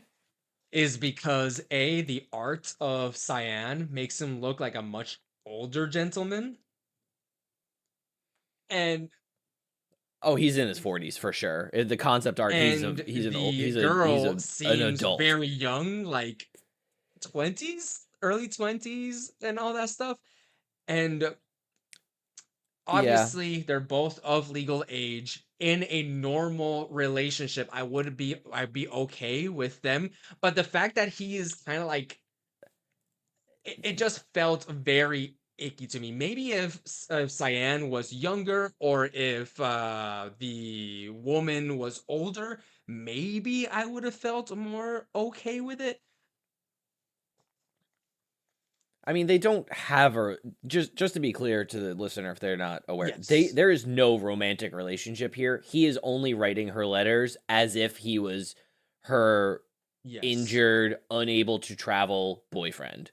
That's quite a far distance away from where she is, and they're communicating via letters sent by Well, carrier there's pigeon. Um, romantically, one of them and is yeah, romantically I take your involved, meaning. though. She's romantically involved with who she thinks is her boyfriend. And I wouldn't be Yeah, like absolutely. I mean, it's the way not that I right. read it in It's my hand is certainly that not right. Cyan, at a certain extent, yes, was doing it for her, but also was kind of using that as an excuse to kind of like fill the emptiness in his like yeah. And so Yeah, it was a selfish act. yeah, I It was a guess 100% a there's selfish just act. You're too many absolutely right. things here that make me feel like I think maybe in a better written or more voice acted, so to speak, as example, maybe there is a way to salvage that story. But my initial reaction was Cyan is probably my favorite character in terms of they have a really deep story that has a that is was not problematic until that point, and it unfortunately wasn't the case. Yeah. So I said that there were two things with the problem with this. A was obviously that, and B, dear listener, I can't believe this. We've been recommended Final Fantasy VI, but this is where I reveal the hand, reveal the trap card. Final Fantasy VI might have the worst boss design in any RPG. Holy Oh crap! The man, yeah. Rexel, the monster that is taking the trauma monster that is taking over Cyan's brain. I need to go on a rant here. I need to let you must understand the levels of despair Yeah, rant that, away. I felt like my wife and son died while playing this. No, I'm just kidding. That's very far. But here's Oh the my thing. Let me explain god. this to you. So there is the Rex Soul, this boss, and they have like two minions, which are called Soul Savers. And the Soul Savers can cast Thunder on the characters, they can cast Reflect onto themselves, and they can cast Cure on Rex Soul. Which is already a little bit annoying that that you can cast Cure on the boss because it makes it more tanky. It cures for 80 Here's the health. thing, You're but dealing that's not the problem. 1200 at a clip at that That's point. okay. This is okay. This is okay. However, when the fight begins, Rex Soul casts Fury. There is zero indication as to what the heck this means. All you know is that he casts Fury and he disappears. And that's it. So you're like, okay, let me attack the soul Yep. savers. I'm attacking the soul Poof, he's savers. gone. Nothing weird is happening. You kill the soul savers, they respawn, and you're like, is the game bugged? What am I supposed to? Am I just Immediately supposed they to chill? respawn. Okay. Eventually, if you're unlike me, who has put angel rings on all your characters, which cast regen on all your characters immediately so that they are tanky mother lovers and they will never die to soul savers casting thunder, you can ask your friends or look up online what the heck is going on. So I look up online. Okay, Fury possesses a character's body. There is no negative effect, but Rexel is removed from battle and cannot be attacked. Fury is not removed until the possessed character is KO'd, and there is no way of knowing which character Rexel is Yep. possessing. So what you have to do, you have to kill your character. And if you have Angel Ring, you will not be able to kill your character. You are linked. You are linked to this guy. Crazy. Myself out there. Crazy. You like boot To locked myself. yourself. No, I can't do this. So I'm like, okay, I'm restarting the game. I restarted the game. I hadn't saved for a while, so I have to go back and do like some BS stuff. Okay, whatever. I get to him, remove this BS angel, whatever. Okay, we're good. Okay, let's attack each other. Oh, whenever you attack each other, you actually deal less damage and you have a higher chance of missing. Well, that's annoying, but okay, whatever. There's three characters in your party, and you don't know which Mm-hmm. one is. So you are attacking someone, they die, nothing happened. Okay, raise them. Act the other guy, they die, nothing happened. Oh, wow.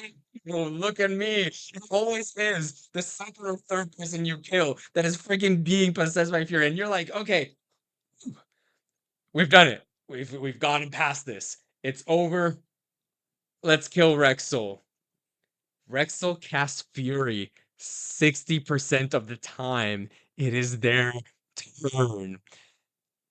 He will cast not Every even five to it could be six even turns, less. It could be he the will next cast turn. Fury. It could be the next in 2 turns. It doesn't matter. He does this over and over again. And it's so boring. It is not a hard boss. But you just need to sit there. The game just says, nah, you're just sitting there and you're gonna take it. And you're gonna be like doing nothing but killing your own team members over and over and over again. And this is one of the worst boss designs. It It could could have have been been. if they gave you some It indication could as have to been a cool boss, but who is has been possessed, if they made it so that there is a negative effect on them, possessed. so that way every so often maybe there's a you choose attacks Yep. soul saver, but he'll attack one of the team members, and you're like, oh, what's wrong with them? Why are they doing something that I didn't tell them to do? Or something like that. That would have been so good. And the problem is, this boss is technically an optional boss, but by the time that you get to him, you are hard locked into fighting this boss. You cannot escape this area. You cannot escape this It area is, because oh my god. you're I in don't think I've done a Cyan's good mind. job at ranting about how annoying this boss is. But this boss, I almost stopped playing the It's game. a I was terrible like, fight. It's a terrible, terrible this fight. boss is easy. I don't want to do this. It's gonna take me 30 minutes to defeat this boss. 30 minutes to an hour to defeat. So, so did you beat Rexol the normal way, or did you I use think the the cheese. cheese? I learned later that the cheese is to use break or petrify or banish. Banish. I don't even know what is here's the thing. I guess we can talk about the magic system.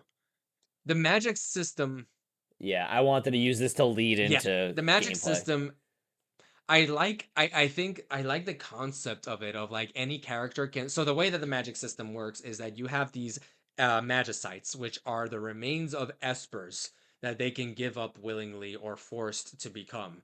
And once you equip a player with magicites, they will immediately unlock a summon, which summons the esper, And B, over time, as you're fighting and gaining experience, they will learn the magic that magicite provides. Problem.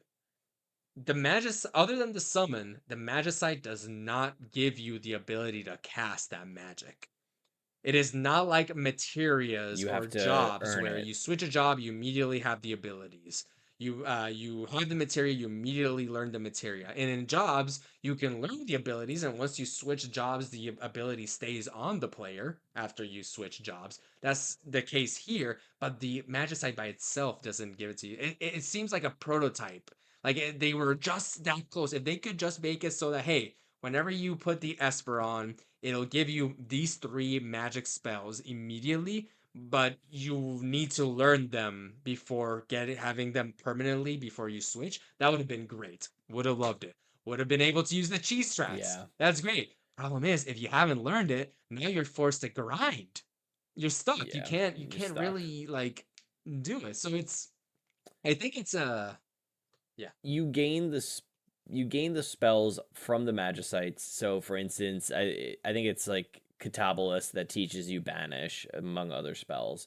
Every time you complete a battle, random encounter, boss, whatever, you get gil, you get experience, and you get ability points. And every ability point ticks up the percentage of whatever spells you have not learned from the Esper you have equipped.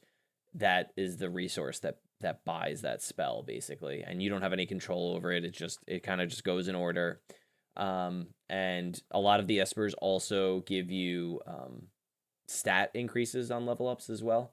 So there is a big impetus to not leveling up a lot, finding the espers that you want, and then getting a ton of stats through quick levels in those particular espers. Like Ifrit gives you strength, so if you want to build strength like that, blah blah blah. Odin does speed, etc. etc. And like Fran's saying, when you're fighting Rexol, the game has no way to tell. Like the World of Ruin is an open world video game, so after you get the airship back with Setzer, you can go anywhere in any order and do whatever you want. So I went to Doma Castle and did this fight with Rexol in Cyan's Mindscape, in his Dreamscape, much earlier than I think you Did did, you have Fran. Setzer? It was I had Setzer and then Oh, okay. Cyan, and I that was had it. Sabine Setzer. Cyan was my most recent character when I went to Doma Castle, and I stumbled in there and I started the dungeon, and so my fight was Edgar, Sabin, Okay, but you had and Edgar then. I didn't have Edgar. Celis. You didn't have Edgar? Yeah. I thought you have to get Edgar to get Setzer. No, Edgar is not a required. I thought Sabine was a required. Wait, was it Sabin's Sabine? required, yeah. Yeah, I don't think Edgar is required and Setzer is required. Huh, okay. Either way, I had Edgar and Sabin and Celis, and yeah, the fight I had Banish, and the cheese strat is when Rexol possesses a member of the party. The first time he does it, he says, "I'll possess one of you, and maybe when you die, I'll be reborn." And that's like the only. And if you don't catch that line, because there's no way to catch it, it just auto plays and you'll miss it if you don't, if you blink. You wouldn't notice that. There's no tell on which character it goes on. And then the idea is you cast Banish when he's not on screen. You get rid of the Soul Eaters, and then the fight ends because there's nobody left to fight, and you don't gain any XP. You don't get a bestiary entry, and that's it. The fight ends, and you go on, and presumably Rexol is just possessing some member of your party to no ill effects whatsoever until they die. And on either my pixel remaster was bugged or my save was corrupted or something like that, but if I cast Banish and I banished both of the Soul Eaters or whatever they would just come right back. And so I had to do the fight the proper way, and it was I ended up turning on extra. That's when you told me that there was extra XP. There's the quality of life stuff in this pixel remaster, and I turned on extra XP and extra AP, and I just grinded until I had like an extra like 5 or 6 levels, and I just pounded it out. Gotcha. You were right. It's Celeste, Edgar, and Setzer. Okay, yeah, because I thought you had to do um uh Edgar with Sabin, like that's where it directly leads. But you don't need Sabin apparently. To finish the game, you only need Celeste, Edgar, and Kefka and Setzer. Oh. Okay, that's interesting. I Yeah. didn't know that. Um, yeah, and on that point, and kind of using this as a segue back to the World of Ruin and this open world adventure, this is kind of what I've been leading towards as my sort of thesis on this game and my position on it. And the World of Ruin is really integral to both the story as an opera and Celis as the sort of titular character in the second half. And the World of Ruin, like Fran has mentioned, you open up, you get off this island, you regather the party, and you have to get Edgar, you have to get Setzer, and you have to get Celis, right? Those are the only three. Yep. Technically, A- those are the only three you need to finish the game. Every other character that you've ever gotten in the World of Balance, and some that you can only get in the World of Ruin, are completely optional. You have a little side quest to go get them back. There's like a ton of optional bosses that showed up. There are items, there are buildings that didn't exist before. There's a whole coliseum. There are just like there is so much to do, and the game is really like at your behest of you can play this however you want. You can go right to Kefka and fight him. It's not advised, but you can. And there are some things that you can only do at this point in the game. And at first, I was like, I don't want to do all this. I just want to get to Kefka. And in doing it, I find that really the World of Ruin is so integral to this experience. For me, Final Fantasy VI as a text is attempting to resolve the interminable question of meaning making in an inherently absurd reality via individualism unlocked by intense trauma, and I will call it group therapy, to heal these traumas and to reach self-actualizations. So in other words, to break this down, it is only via the ensemble that characters may begin to develop, heal, and grow as characters to respond to an absurd world wherein evil is operating on a grand global scale. As a game, Final Fantasy VI seeks to empower the player to go forth on their own meaning-making quest in the latter half of the game, known as the World of Ruin. Within this World of Ruin, Celeste, our new main protagonist, is tasked with seeking out her former comrades a year after Kefka has ruined and destroyed the world. At this point, the player is asked to do whatever they want to do. You can fight in the Coliseum, you can gather party members, you can fight optional bosses. It is quite literally an open world to explore. However, that openness is a result of catastrophic loss, violence, and an utter contempt for life. How else could the player seek to make meaning of such wanton destruction but by satisfying their needs as an RPG player and a fan of Final Fantasy? Celis's quest to regain her party brings us beautiful vignettes of each character rediscovering their purpose, their desires, and more importantly, their reason to live. All while Celis's quest is her purpose and meaning, to seek out the friends and the loved ones she cherishes so dearly, while apparently chasing a type of forlorn love in Locke. Yeah. Locke's a miserable man, and he should be held in deep contempt for his actions and his behavior. But I find that Locke and Celis's relationship is a bit miserably dated and it's chauvinistic, like I said. But both characters are individually seeking out intense quests to create purpose and meaning in the worlds of ruin. This is why Locke loots all the chests in Phoenix Cave. And at the end of Phoenix Cave, when you recruit Locke back, and you go through the scene with Rachel, he gives you all of the items that he got in Phoenix Cave. And to me, this is such an important moment because for a brief time in the World of Ruin, Locke was the main character in his own story, and he was experiencing the same agency that we, the player, had when we were guiding Celis, because he loots all of the items in the cave, which is something that only a player can do, realistically. And so it's, to me, this is kind of like the crux of the world of what the World of Ruin brings to Final Fantasy VI, in a game that we've said so many times before is so much about meaning making and finding purpose. Much to my chagrin, Kefka reiterates this at the very end of the game, right before the final fight. He has a very mustache twirly monologue where he's like, "Fuck that. Well, what do you have? You have a reason to live? Nobody should have a reason to live." He's like extremely nihilistic, and he like hangs his hat on very much a lot of what I've said, where he's like, why would you live? There's nothing worth living for. There's no reason to it. Nothing makes sense. And to me, this is directly I'm like really going off here, but this is I to me this is very much like a postmodern response to tragedy, to trauma. And I mean that very directly, pulling from the early postmodern tradition of response to the Holocaust.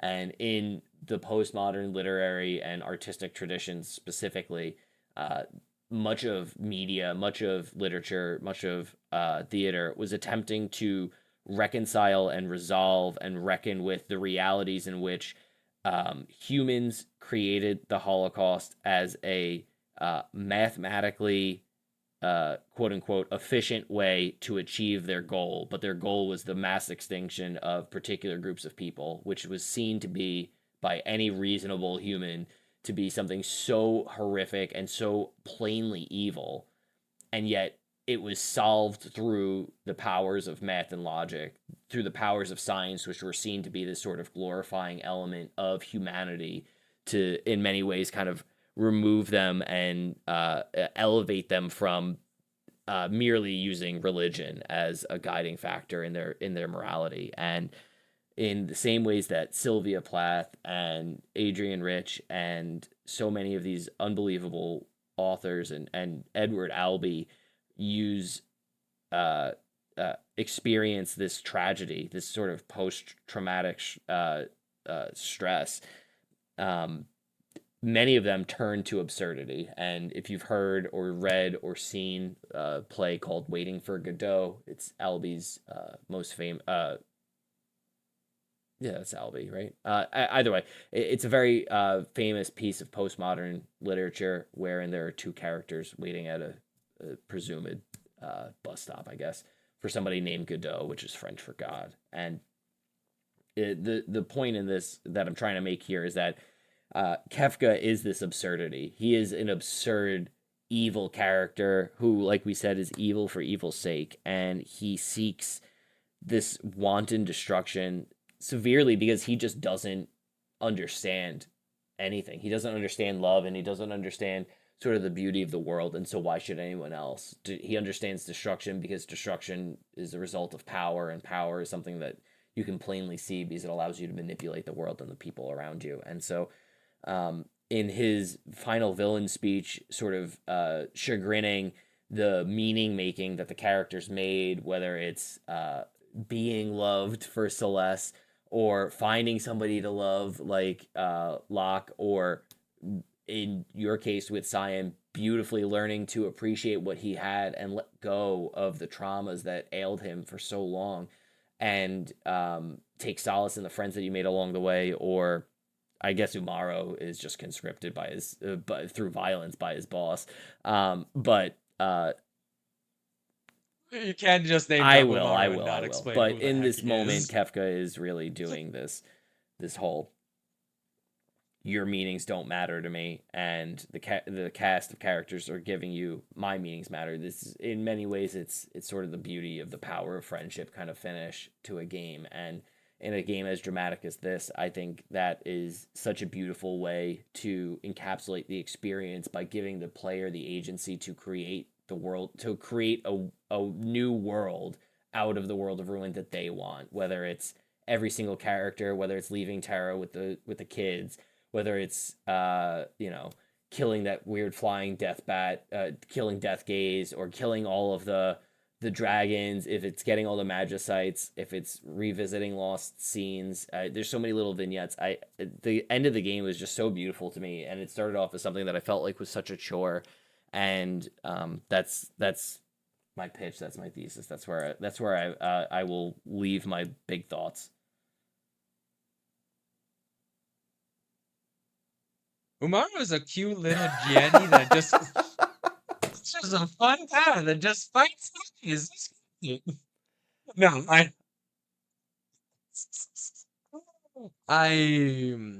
yeah, Final Fantasies 6, that is a very powerful thesis, and my thesis for this game is just mine is not as deep. Yours is so eloquently put, and now I feel bad going second because Don't. mine is nothing near that level of depth and power.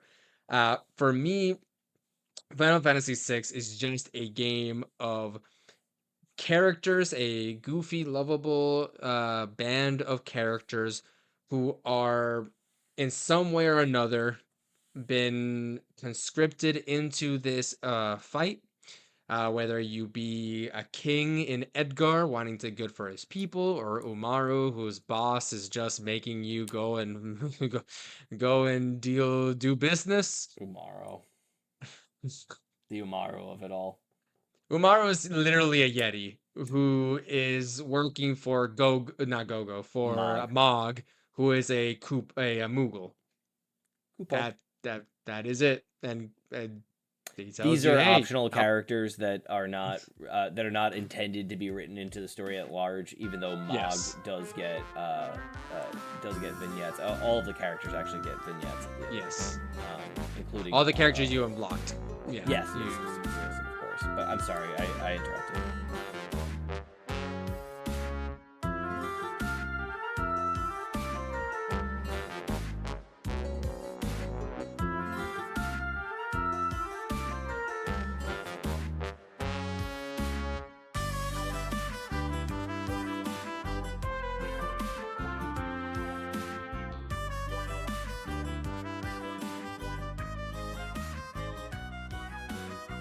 And honestly, it's not even just the power of friendship, it's the power of each one's own journey. And that is why I enjoy, for the most part. There are some characters that I do feel like the World of Ruin does do them a disservice. Celeste, Cyan, some characters that didn't change enough in my opinion, but honestly are better for it. Edgar and Sabine, we haven't really talked about them. They are brothers, heir to the throne of Figaro. When their father dies, they essentially flip a coin to decide who's king, because neither of them want to be king because they're way too young. This is happening in a flashback, and Edgar wins, if you want to call it winning, the coin flip and becomes king, and therefore adulthood and responsibility is thrust upon him at an early age, while Sabin decides to run away because he feels guilty that he's thrusting this responsibility on his brother, and he essentially becomes a monk and becomes a himbo, and he's great. And they just, honestly, they're probably the ones with the least amount of an arc to them, but I kind of like them all the same. Like they are great brothers, even though Edgar has definitely problematic stuff. Yeah, it's not too much of it, thank God. But I mean, I honestly was okay with letting it slide until he talked to Realm. At that point, I was like, oh okay, God, I you're forgot out. about that. You're Yeah, that's out. You unforgivable. that was Yeah, kind of a. you're done. Edgar is a woman. At first he hits on Terra, and I Tara. felt a little bit icky. But then you realize that he hits on literally every woman, and at that point I was like, okay, I'm a little bit on board with, like, it's okay with having a character whose character trait is womanizer. Whatever, that's fine. He's the horny bard of the D&D, of the D&D party. But at one point, he asked for Realm's age, and Realm is like 12 years old. And that is like, he says that, oh, when you grow up, you're gonna be a total, like, haughty Heartbreaker. or heartbreaker or whatever, which, Yeah, to me that's a line that I feel like that's like a very boomer line that boomers would have used quite a bit, and yeah, I think everybody kind of had a collective realization that that's like a really that's it's just gross and it's yes. unforgivable. Which But is, so that's why I I say Sabin is probably the only character that essentially gets away scot-free. He has nothing problematic. He's a he's a beautiful himbo. man. He just wants to punch shit to death, Yes, and I that's love it. him. Like he's the best. I love Sabin's him. great. Edgar and Sabin have a really great vignette too if you Mhm. bring them back together Yes. and you rest in the castle in Figaro Castle at night. Yes. And they have a really great moment where they kind of come to this realization that yeah, neither of them really wanted to do it, but Edgar always knew it would be him and Sabin always knew that it would be Edgar, I think is kind of how that goes. Yeah. And They have this. It's despite everything, every reason to loathe Edgar. It's a really beautiful moment of fraternal love Mm, that I think is understated otherwise, yeah, and I did really enjoy that vignette. yeah, Great characters, or great character moment, I should say. yeah. Anything cool with Gao? I Gao's story was really so Gao's the I wild didn't get him. child. I didn't unlock him. Oh, I did. I got everyone. I had every single I did everything at the end of the game. I killed all the extra bosses. I killed all the dragons. Wow. I got I think I got all of the magic. I think I missed a couple of magicites, but I got close to them. I got I went back and fought did you get Odin, No, the magicite? no. Yeah. So, as it turns out, if you take the Figaro castle under the sand, it'll get stuck and you can either say to restart the engines and keep going, or you can leave it there. And if you leave it there and you exit through the dungeon, there's an opening and you will end up in an ancient city that was destroyed by the War of the Magi, that's trapped under the earth. And there's a bunch of strong monsters, and when you get there in this castle, you are told the story of this empire that was losing in the War of the Magi, and their only hope was the last Esper they had, which was Odin. And you fight Odin and you get him, and Odin is the only Esper that will give you +2 speed when you level up, which is and there's only two Espers that give speed. The other one is Quetzali. And Odin teaches quick, so he lets you take two actions after you cast it immediately. And if you talk to somebody in Figaro Castle and then go back to the dungeon where Odin was and go to another room in the throne room where you found Odin, you will find the Queen's diary, and you will and you will realize that the Queen fell in love with Odin, and they had like this deep love that was unrequited. And Terra has a moment where she's like, oh my god, this is just like my parents again, where like a human and an Esper can love, and like we aren't so different. And it's like that's like a pretty cool foil moment. And then Odin turns into Raiden, and he's just like this super powerful Esper. And the game has so much shit to do. The game has So so much much. going Oh on at my the end. God.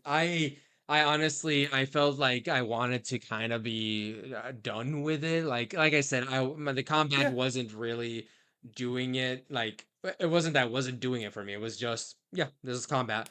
So I just essentially I didn't beeline it, but I essentially collected every character that was logically easy for me to realize how to collect them.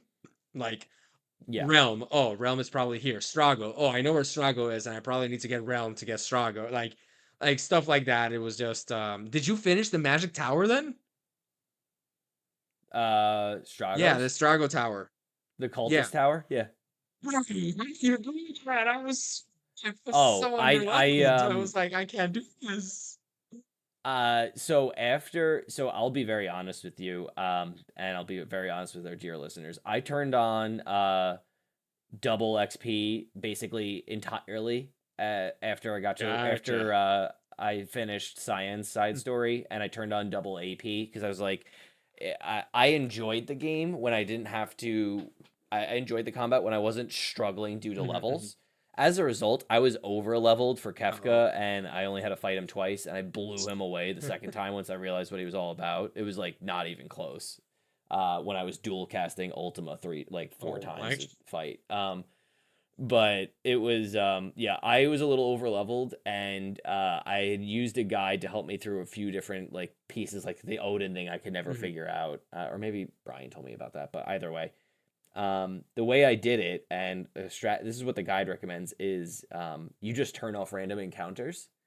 And so you can do that with a relic that you get from Mog when you re-recruit Mog in the World of Ruin, or if you're on Pixel Remaster, you can just click the right stick and it'll turn off random encounters. And I just walked up to the top, and then I fought the Master of Magic, and then I broke that fight by berserking him, and he stopped casting magic. And then I osmosed him. I set up I set up like a loop on auto battle where I just osmosed and rasped him, and then healed the party because he was just attacking for like Mm. 300. Or I think I set up regens, and then I just set it to auto battle, and I literally, Fran, went and made a sandwich because I had to drain 50,000 MP, 400 MP at a time. I did not look up anything other than Rexel. Rexel was the only thing that I had to look up. Everything else, I was just like, you know what? I'm just gonna do it. I defeated 6 of the 8 dragons, not Nice. because I wanted to, but because they were just there, and I was like, oh, this is probably something I'm gonna have to do later. Ends up you don't need to do it, so I was like, oh, okay. But Yeah. I actually did it. Oh, you said re-recruit Mog? I actually recruited, not re-recruited Mog in World of Ruin. Oh, I didn't know that you could get him just Yeah, fresh in World of I Ruin. didn't That's know great. about him in World of I Balance. love Mog. Mog, just so you know, we already said he's a Moogle. His battle system is that he can make a little dance, and if he dances, then It's super he's cute. essentially fixed Gao. Like just like Gao, once you choose a dance, or with Gao, once you choose an animal form, he kind of like auto battles, but you don't need to choose that. You can choose to just attack or just do magic or just do whatever. So not as bad. Um, He's also canonically the only other Dragoon character in Final Fantasy VI besides Edgar. Both of them can use the I think the yeah, Dragon Boots that allow you to switch your attack command to jump, and they can both use spears, and so they are the traditionally Dragoon the two Dragoon characters. characters. So yeah, so I'm getting towards the end of my notes here. I guess I'll round up the last few characters. Gogo. Uh, Gogo's a weird I one. He's a weird one. You have to go to a very random island in the game that is miserable to go fight on in the world of balance. And there's one voice line, there's like one text line from one NPC in Damasa who will tell you about this island. And there's a monster called like the zone yeah, void or yeah, something the like that, or the Belly void of the Void zone Worm or worm. something like that. It's a dune sandworm for all intents and purposes, and it will use snort among other abilities. And if he inhales or snorts your whole party, which removes them from the game, he eats them, and then you restart the game inside of his belly. And Gogo's just like a random They, character who's in his belly, and he's just like, "I'll join you." There's no story there. He has a vignette at the end of the game, and he has a super unique attack style where his only command is mimic, which will copy the last thing that your party did. And you can also, I didn't know this until somebody told me, you can set commands, and anybody else that is in your party, you can set the commands that they have available to them on his sheet. wait, what? So let's say you have Celis, Gogo, Gao, and Edgar. So you have to go to a random menu that you have no reason to go to because you can't change set commands for any other character. On Gogo, you can normally he just says mimic as his only battle option. If you go to set commands, you can make it mimic, tool, rage, item, mimic, magic, tool, rage. Like, and you can change the 4 abilities that he has. So you can set him up to mimic, cast magic, and the magic that he knows, because he can't equip espers and learn magic, is every spell that everyone in the party that he is in has. So it when I was fighting Kefka, he was unbelievably broken because he had access to all of Celis or Terra's magic, and Sabin was my healer, and he had access to all of Sabin's healing and all of the status effects.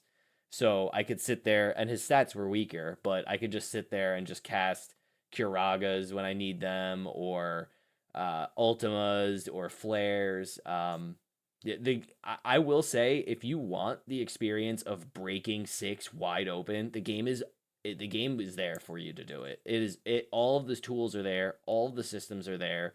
A fan favorite way to play 6 is to play low level playthroughs because of the Esper system, wherein you gain stats by leveling up with Espers equipped, but you don't get access to Espers until right like almost the end of Act 2. And so the way the battles are set up is that you can actually win quite a few of the battles through either gimmicks or through strategy or smart preparation. And people will, and you can find this on YouTube, they're pretty cool. You can do these low level playthroughs where people like beat Kefka at like 20 or less, and they just like take all of these levels super quick in the World of Ruin when they get access to like Odin, and they can put locks like max out locks speed and have him attack like instantly like every single turn 8 times, like crazy shit. Like the game's Wow. very breakable in like the ways that Final Fantasy lets you break a game. I actually only got Go in World of Ruin. He's only So, available in World of Ruin. okay, cool. But you mentioned something that I forgot that we haven't done, and I think that it is a very dramatic way of ending the podcast, the end of Act Two, and what is considered by a lot of fans to be the most influential slash important scene in all of Final Fantasy, the Opera House. Yeah, the Opera House. Take it away, Jason.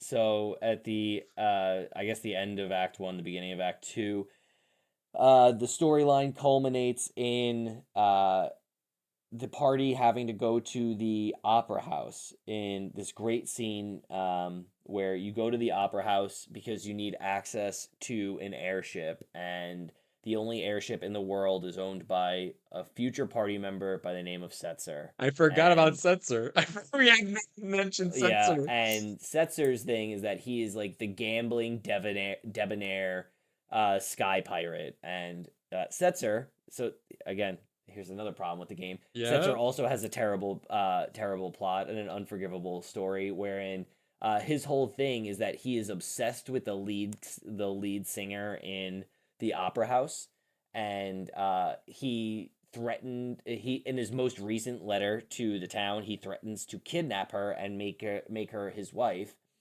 And so you go to the opera house to plot a way to capture Setzer and get onto his airship.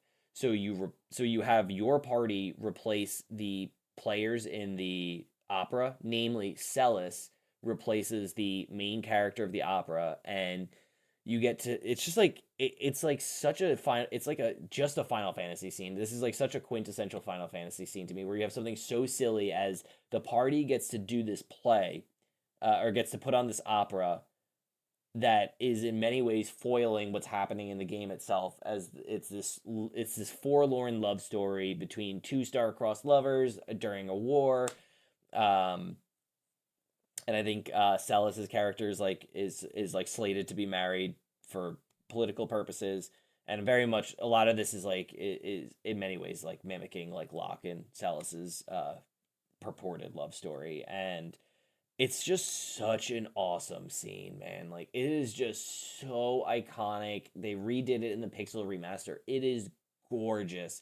Celis has singing lines. The music actually has words at this point, and the like just the tracks are just unbelievable. It is so well done, and like it's just gorgeous to behold. I took so many screenshots. It is so satisfying because it just feels like it just feels like such a quintessential like campy yet interesting yet exciting Final Fantasy moment. And while all of this is happening, uh your party is being chased and beleaguered by a random villain that you met randomly in the first like 3 hours of the game, called Ultros, who is just an octopus, a big purple octopus, who is evil because he just think he's not even evil, he's just like kind of a jerk, really.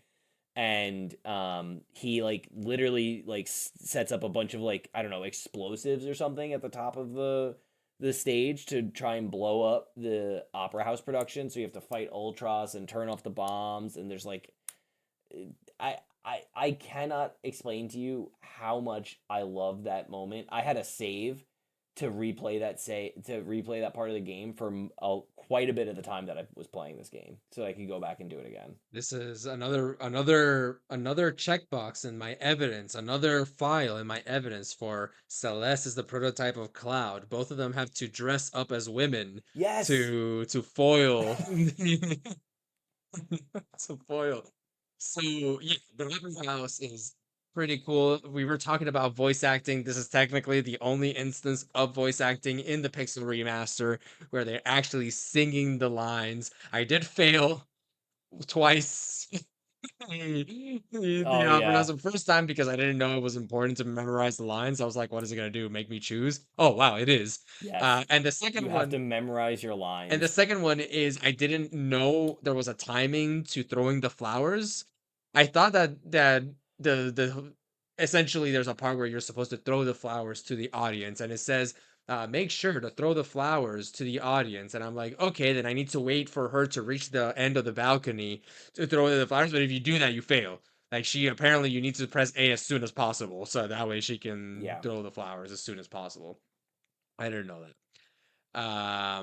Pretty cool. Later on, the opera house is now being taken over by a dragon that you can defeat if you want to do. The opera house is essentially it is a role, not a role reversal, but just Square Enix take of the heroes going undercover to foil the villain kind of deal. In this case, Yep. it's Setzer, who is kind of a villain. At this point, he is a villain. He later on becomes Yes. a teammate. He also is one of the characters that doesn't really matter to the story from a narrative perspective, other than he is man with ship. He has a bit of a backstory. The backstory is It's a little it's a thin. thin. It's not that. It does we've talked to deeper stuff here, and one of the big reasons why this is considered one of the quintessential pinpoints in like RPG history and story is that it now is very influential to the point that a lot of other games have their own version of the opera house where you have to like dress up and go undercover to do something. Like I mentioned, Final Fantasy VII, Cloud dresses up to go undercover and stuff like that. So not really a Yeah. unique storytelling device, but very No. very influentially done in a video game, and I don't think that it would have been as powerful in another video game as if it were in Final Fantasy VI, just because, like I said, from story beat to story beat, if I would have told you, hey, this is something that happens in this story, out of context, you'd be like, that is ridiculous. But in the context while you're playing, it's like, this makes sense. Of Makes course. so much Obviously, sense. we need to obviously we need someone to get dressed as whatever and fight As the as the princess. princess. Obviously. Like this It's yeah, I mean, it's just so like the story and the opera is like mirroring the scene, or is mirroring like what the empire is trying to do in the actual game, but it's an opera inside of a game that's organized and scheduled as an opera because it's a love letter to operas, and it's doing that really great metafictive like narrative thing that I love so much when a piece is just hyper aware of what genre it's existing in, and it can play on that trope. And like Fran said, like you said, like we see this so many times in Final Fantasy specifically. We see it in 7 with Cloud. We see this in 10. I believe it's in 10 when like the Jesse and James characters are massaging Titus and Yuna. There's like a massage sequence in 10, I'm pretty sure. And either it's the Jesse and James character or it's the Titus and Yuna that are doing this. And yeah, they have to like go undercover to pretend to like do the spa treatment, and you have to like, yeah, I think you have to massage the, yeah, and do like a massage mini game, and it's like so Final Fantasy, dude. It's like so it's so perfect because it's like it's everything I want from the campiness of Final Fantasy, and it's just done so well. It's beautiful too, like to like just looks so good in the Pixel I remaster. feel like every Final Fantasy essentially adds and or at least before maybe before 8, I feel like every Final Fantasy before 8 added something to the game that was essentially taken and remade every single installment afterwards, like maybe one game, becomes like a yeah, trope in one the added series. chocobos, one added moogles, one added this one was the opera house. Mm-hmm. I really do feel that way. And I don't know about you, but I do feel that just like the game, we kind of peaked a little bit earlier with you, your like awesome thesis, and now we're kind of winding down because I feel like that happened in this game where there was a peak and then it kind of winded down. Like Yes. Kefka's Tower is so eh. It's It's the final moment of using multiple parties, and it's like I turned off random encounters just because I was just like, yeah, I just want it's to get it's through so this. like Yeah, it's this is fine. the world of ruin is very much whatever you Yes. want to make of it. So its pacing is kind of weird. Kefka is either the hardest boss in the Mhm, game or or like probably the easiest because it's impossible to mhm. balance him properly. Also, we've been recording for 4 hours, listener. So if it sounds like we're winding down, it's because it's 11 p.m. and we are We are winding literally down. winding down. Um, I wasn't so metaphorically, I wasn't actually saying that, hey, we were actually planning this all along. And just like Final Fantasy VI, it is time to wind down. everything is a mirror, a mise on a beam. What I will say to end this and wrap this up is that there is so much more to talk about in Final Fantasy VI, and I feel like we just scratched the surface, and we could talk about this further. And maybe we will, maybe we won't. I imagine we probably won't record on this again. However, if you would like to join the conversation, we would really love to see you on our Discord. There's going to be a link in the show notes down below in the episode description on Apple, Spotify, wherever you're listening to this, wherever you find your podcasts. We'd love to meet you. We'd love to say hi. And I would love to talk to anyone who will listen to me talk about the sequence where you have to eat dinner with the Emperor Oh my randomly in the middle of God. the game that we didn't even touch on, and we're not going to touch on it, and we'll save that for chatter in the Discord. But if you're still with us at this point after God only knows how long this episode's going to be, thank you so much. It means the absolute world to us, and it's something, it's really great to be able to work on something and create something with one of your great friends and be able to share in just your both expertises and your and get to share it with the world and just make some art. So it's really great that you're here, and we're really happy to have you, and join us on Discord. And you can find me, I'm Jason. You can find me on Discord. That's the easiest. I won't plug anything else. Brian, where can they Discord, find you? or I guess twitch.tv El Fantastico. Jason also, I'm not gonna let him off the hook. He has an awesome blog where some episodes some games that we don't play or don't record a podcast on, he has his thoughts on. Really good reads if you ever want to check that out. You can also find that in the Discord. We have links to that in the Discord as well. And honestly, this is one of those games where the experience of the game, once you get past the world of balance, is so unique to every player. Which characters you unlock, which order you unlock it, how difficult certain things are because of how you played the game. I did mention at the beginning that, hey, this game isn't really decision heavy in that the story will always play out the same. That is true in a narrative sense, but really in a gameplay sense, it isn't true. No, It can work like Odin. I didn't know about that area. You can miss Go Go. You can miss all these thanks, different Brian. things. And as as sad as I am to not have experienced those things, I also feel like it is very important to me to have at least experienced the game once in a way that I wouldn't have known about all these things, because now I am excited to go check it out with these lenses of opera and being able to say, hey, I want to go check out this Odin thing and all these things. So, very good recommendation from me and Jason. I think that that is pretty much where we'll end it. Go play some FF6. It is not the best Yeah, Final Fantasy. Now go play it. it's the best. Thank you so much. Have a great night, everybody. I hope you have a great week, and we'll see you next time on Use Your Items.